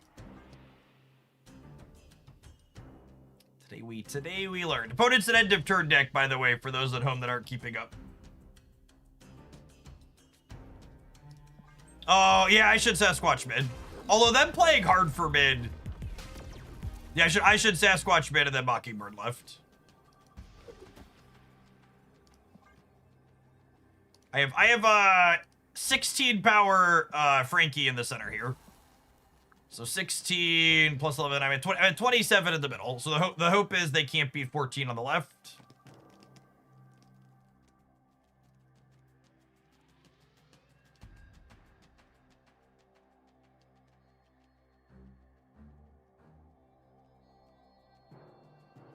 They don't have an invisible woman in play here. Oh yeah, they're just playing for the middle. They've got to be cooked, yeah.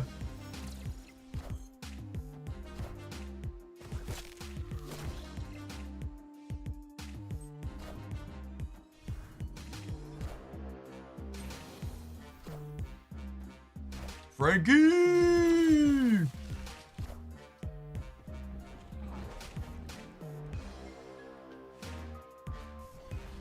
Take your toxic tech cards and leave.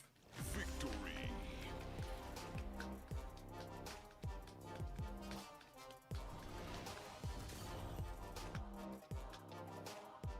Nobody loves your tech cards.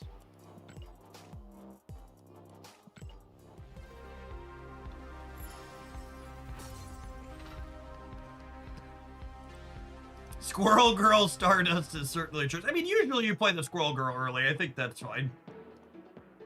Squirrel Girl Stardust is like less anti-synergy than I've seen other gamers do in the past. Brackers! Thank you for the 27 months. Appreciate the prime. Welcome back.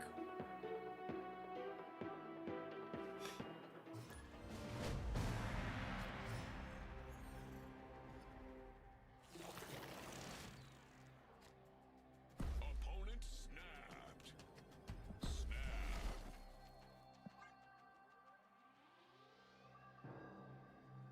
Does War Machine stop Toxie's effect? It does, but that doesn't mean the two of them are good together.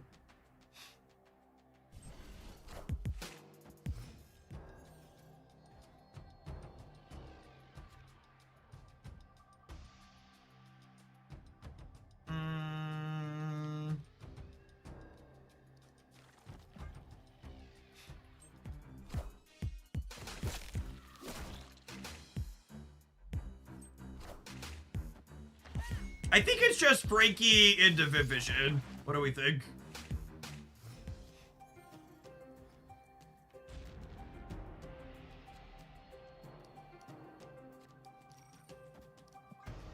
Frankie's animation on the 6 energy cards is such a clean addition here.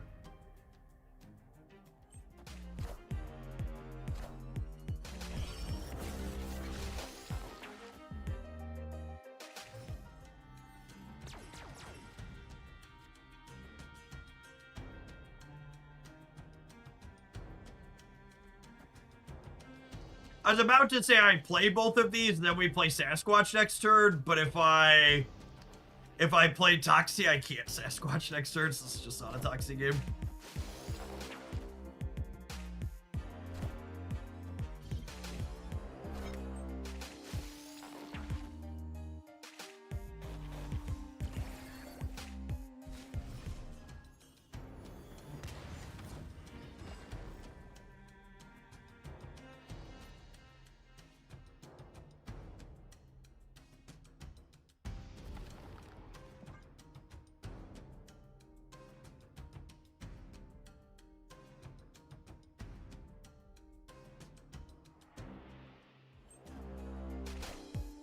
See, and this is one of the many reasons why regular people are much worse game designers than the actual game designers. I actually think the suggestion of they should get rid of Toxie's downside is very deeply silly.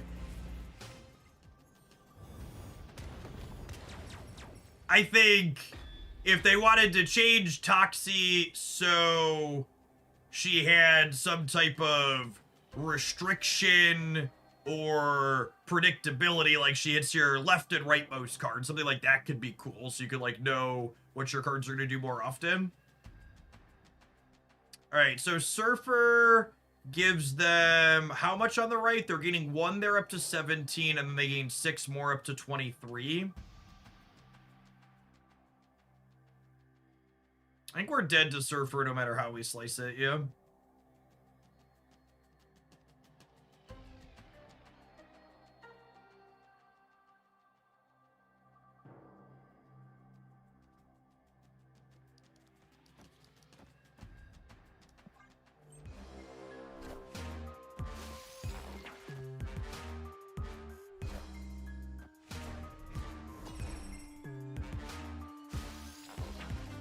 Ooh, that's actually a really, really elegant, can we stamp 2 Hydro? I already stamped. That's actually a really, really elegant fix from Twitch chat of all places. 2 cards in your hand gain +2 power if you don't play them next turn. So don't hard lock it. Instead be like, okay, these are the 2 things Toxie targeted, and you could still play them if you really wanted. But you only get the upside if you don't play them. I like that templating. That way when she like hits the 3, then it's really important that you play on 3. You can still play it out. You just get less of her upside while doing so.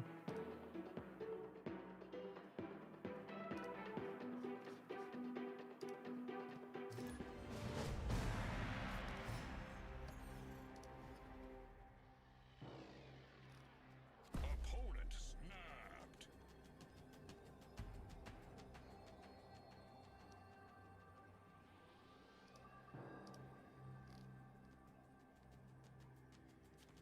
Oh, snap. I'm gonna put Chavez on the left just so we can fill this in before it takes all my stuff. Do I want to? I guess that's worse with Mysterio. We just play her right and vibe.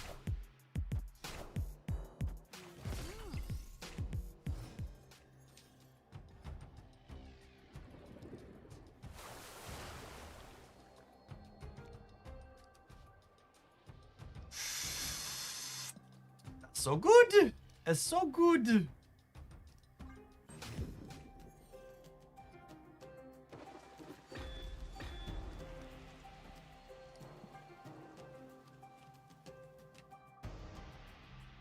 Really need to draw Mysterio here. That's probably the one downside to how this particular deck is constructed is if we don't draw Mysterio, we don't have enablers for Mockingbird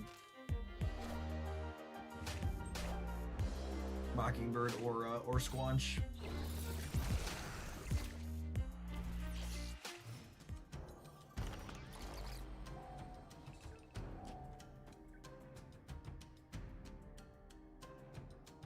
Do I want extra energy next turn?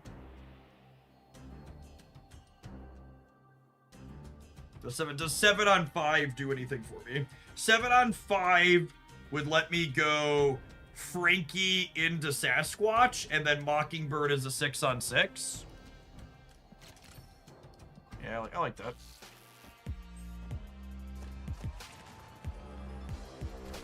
So much discard today. I genuinely love playing against discard. God damn it, Frankie.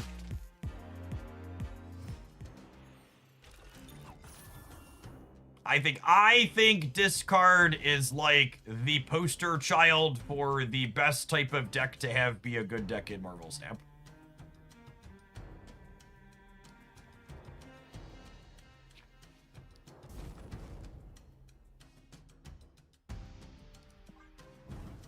That's fine, chat. It's easy. Just draw the Mysterio, okay?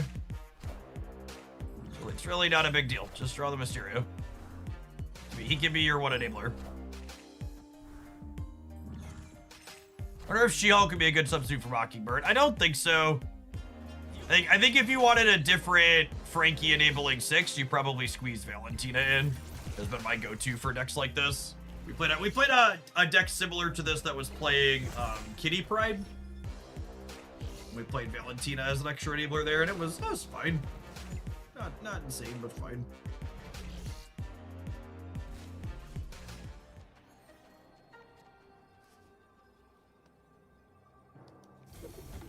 They did get Khonshu from the Rift. That's fine. We're adding 20 in the center. Oh, I forgot they could Meek on the left. Probably still good. Question mark.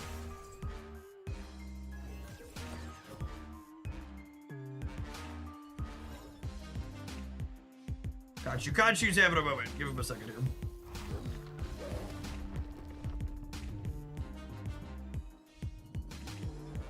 He just can't do it, shit. He's having a tough year. Raw. I feel that way sometimes too, Khonshu. Just wake up in the morning and can't do alarm. Please let me sleep some more. Don't make me. I can't do it.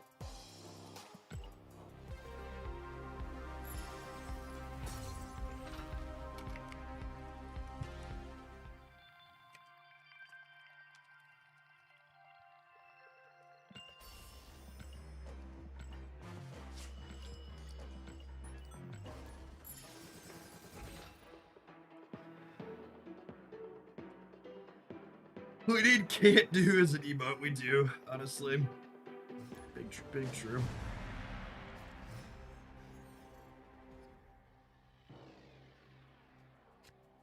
Oh, baby.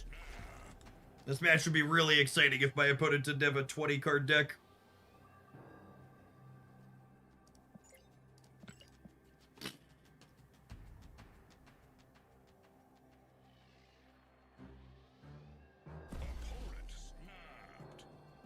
I'm not emotionally prepared for my Frankie to get Shang-Chi.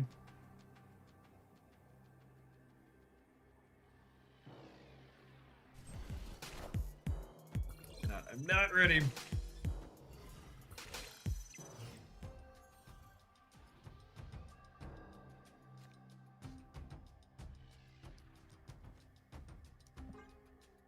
Get the old get the herb down.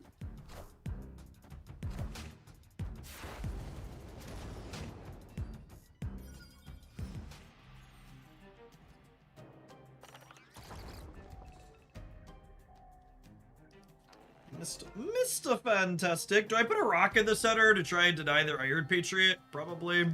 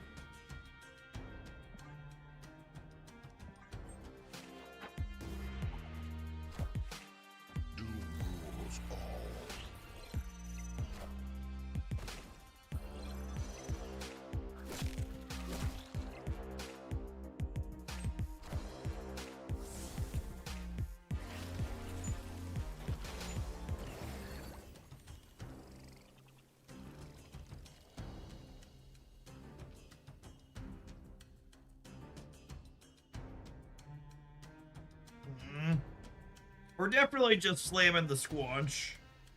Question is where? I think it's on the right. Power must be controlled. Remember that time I told you we were gonna get Shang-Chi'd? Pepperidge Farm remembers.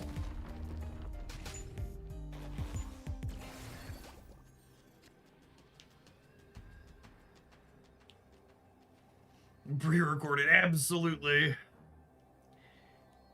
I was joking. You might have been joking. I was not. I knew how this plays out. I've been here. I've been here before. We're mercilessly cooked here, but I really just don't want to play more games of Pokemon Pocket against them, so... Marvel Snap, whatever the fuck this card game is.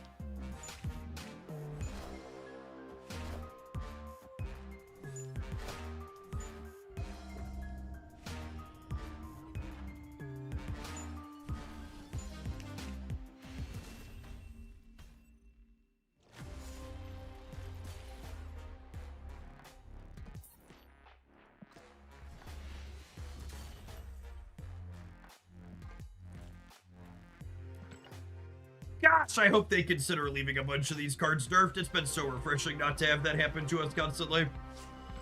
Those cards being less popular and less powerful really makes this game significantly better.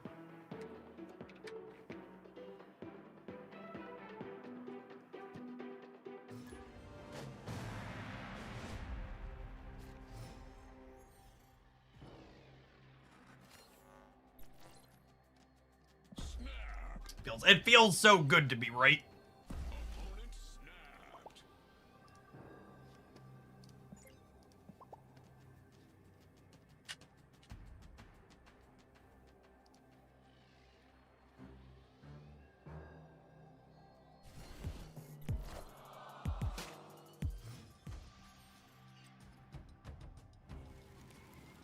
Live from the Daily Bugle.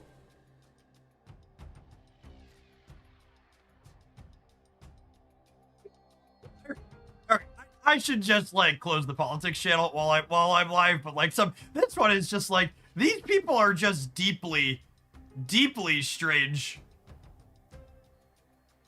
RFK Jr. says he met Charlie Kirk in July of 2001 and they quickly became soulmates. In 2001, Charlie Kirk was 8 years old. I just like, it's like, remember the brief, the window where Walls was calling them all weird? Just like I don't know how else you like even, I don't know what else to how you describe that other than that, right? Like it's just so deep, met him on an island, baby. Oh man, that's dark. It's a little fucked up. If you're gonna lie, at least make, yeah, right? Like, oh man, I wanted that Gwenpool, gamer. That was my Gwenpool.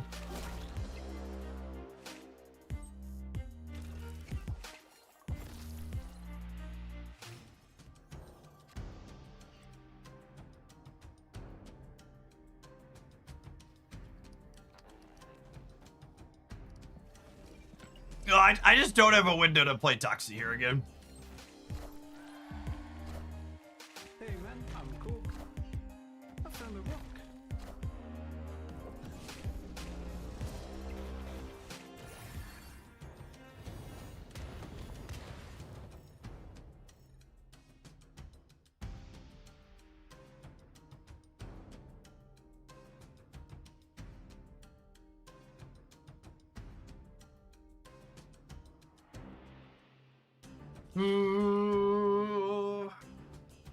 I guess I play Toxie out too here, right?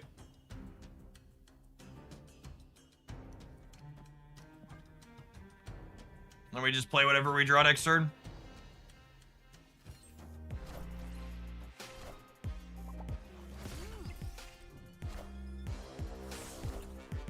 Oh my god, did they try and Viper me? That's just good, clean living right there. Give me a 6-drop. Give me a 6-drop. Unlucky. Might be dead.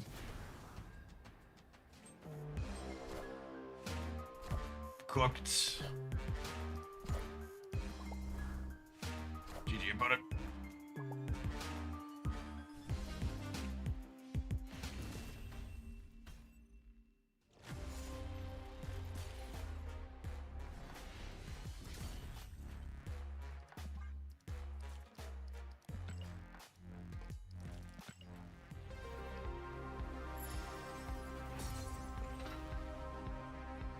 Oh, they left. Well, you know.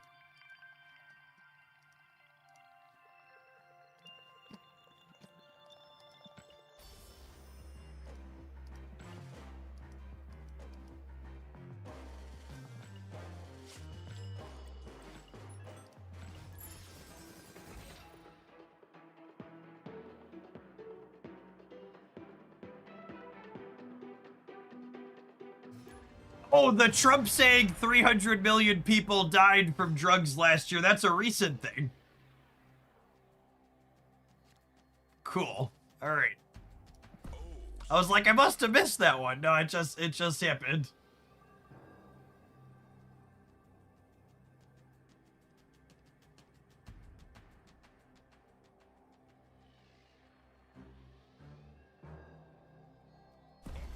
Is the country empty now? It must be. I missed 5 out of 6 people dying recently.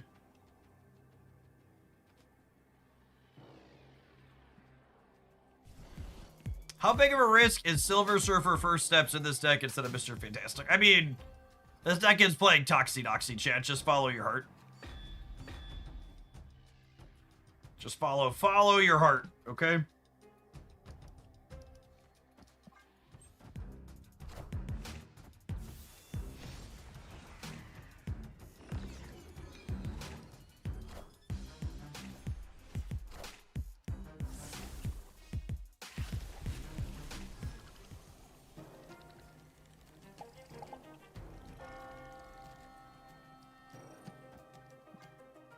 We're gonna make our opponent a Toxie believer.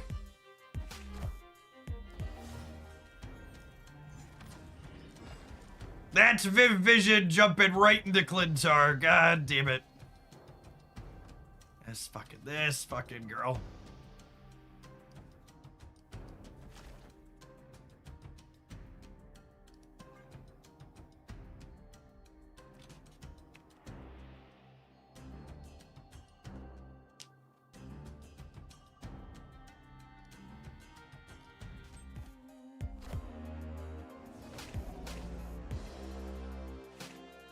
Oh, thanks. You saved my Viv Vision. The 300 million lives quote from Trump is, a reporter said to Trump, the president of Venezuela called your strike on the boat illegal. For reference, the Trump admin killed 3 more civilians near South America on a boat. And Trump responded, what's illegal is the fact that 300 million people have died last year from drugs.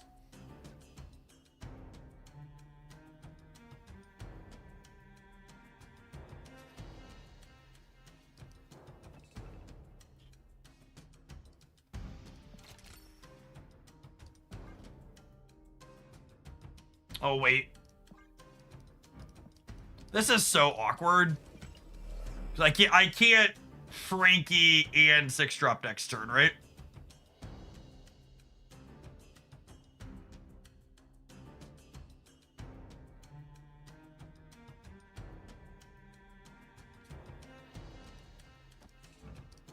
I don't know. I think this is still the line, but I can't do my thing.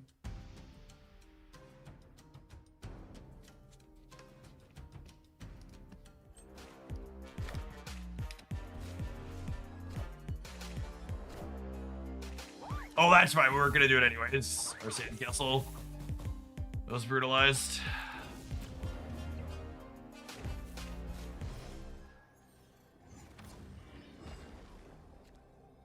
What's a little sandcastle brutalization between friends, really?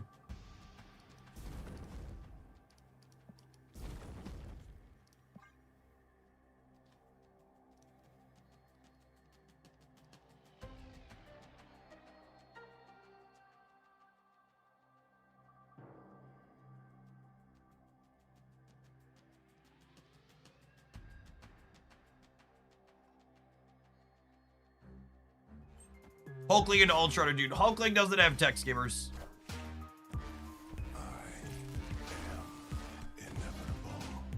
We lose the right to Doctor Strange, yeah. I'm going to 19, but he's gonna gain 2 or more. Gosh, we'd have won if I would have flipped Frankie and Mobius.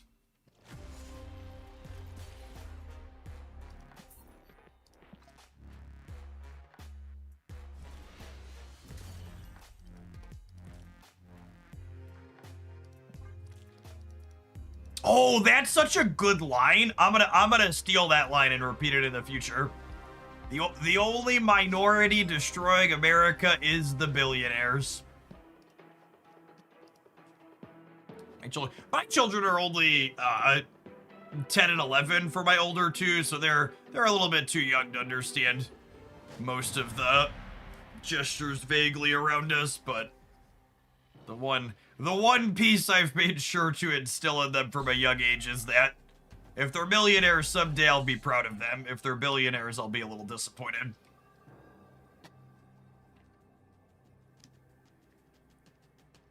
I know, they understand there is not a way to achieve that amount of money without being terrible in a number of ways.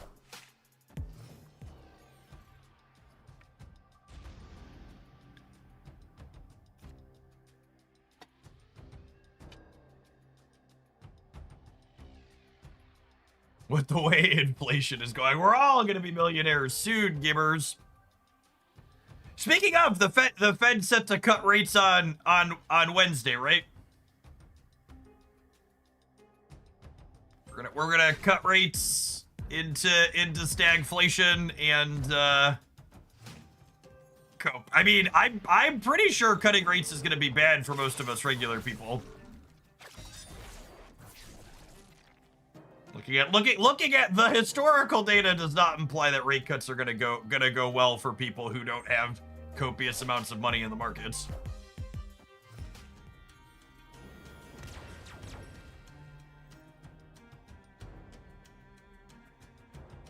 So, you know, most of us.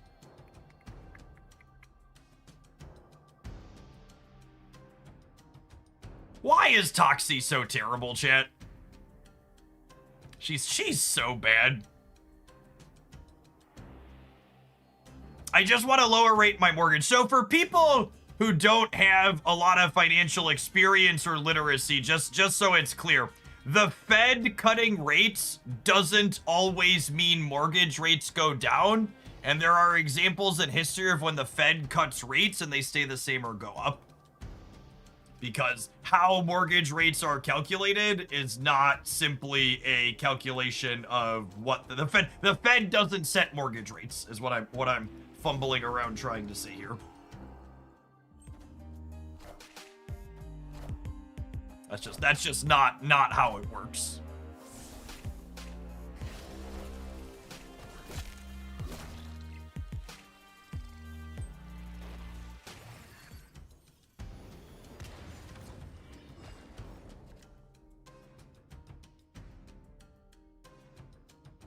All right, and then we'll play the Squanch out, which triggers Frankie. Then we'll play our Morbius and our Mystere on the last turn.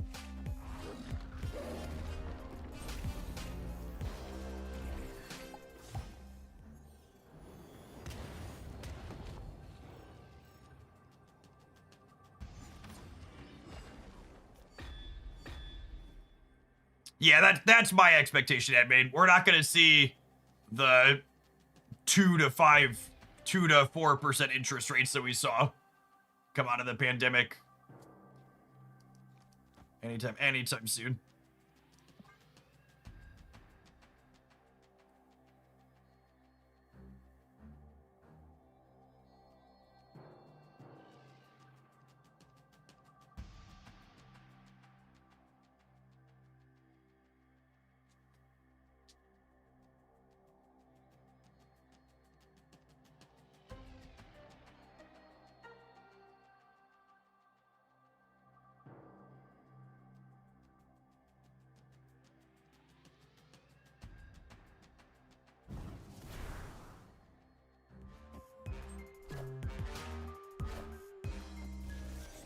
I only have one invisible one here, yeah? It's gonna be enough, though. Are getting at least 6 in the center.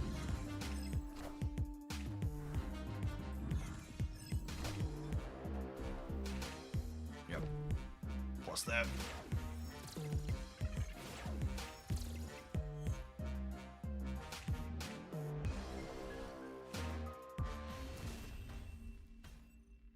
Okay. To the surprise of few who have played with her before, Toxie feels pretty clunky and bad.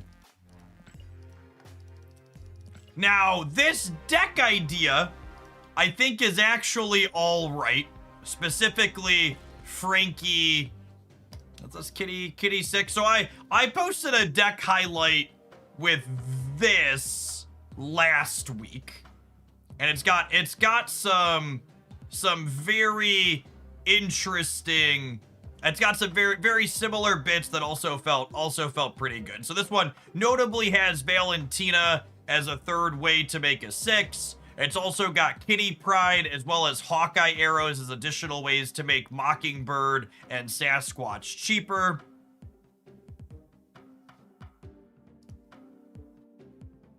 Toxie is just a fundamentally unworkable design in a 6-turn game. Yeah, that's part of it. Well, I think part of it is the unpredictability too. I think there's a real chance if Toxie said your 2 leftmost cards or your 2 rightmost cards or your leftmost and your rightmost card, just like somewhere where when you play the card, you know what it's doing. So that way you never get, you know, fully screwed by not being able to play the card gene. I also like the suggestion someone in chat made earlier of, okay, she targets 2 cards and you can still play them, but they only get the bonus if you play them. I think that would be a functional design too. I think there are a few things that are really close to Toxie's current design that would be very reasonable and playable, but her current design is just not that. Let's buy 7 boosters and split surge here to close the day out. See how that goes. Infinity.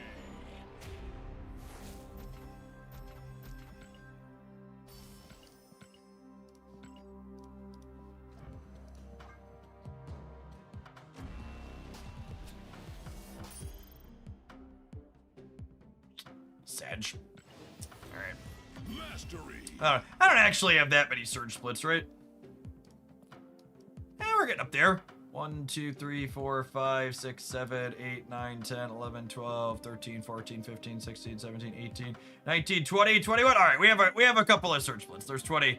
There's 20. There's 21. Does Jeff own all the 700 gold variants? I do pretty consistently. It kind of ebbs and flows based on my spending. I hold my collector's reserves for when they drop new ones. So like when the Havoc came out over the weekend, we opened boxes when we logged in today to get it. But sometimes they'll drop a big batch of them and then I'll be behind for a little bit.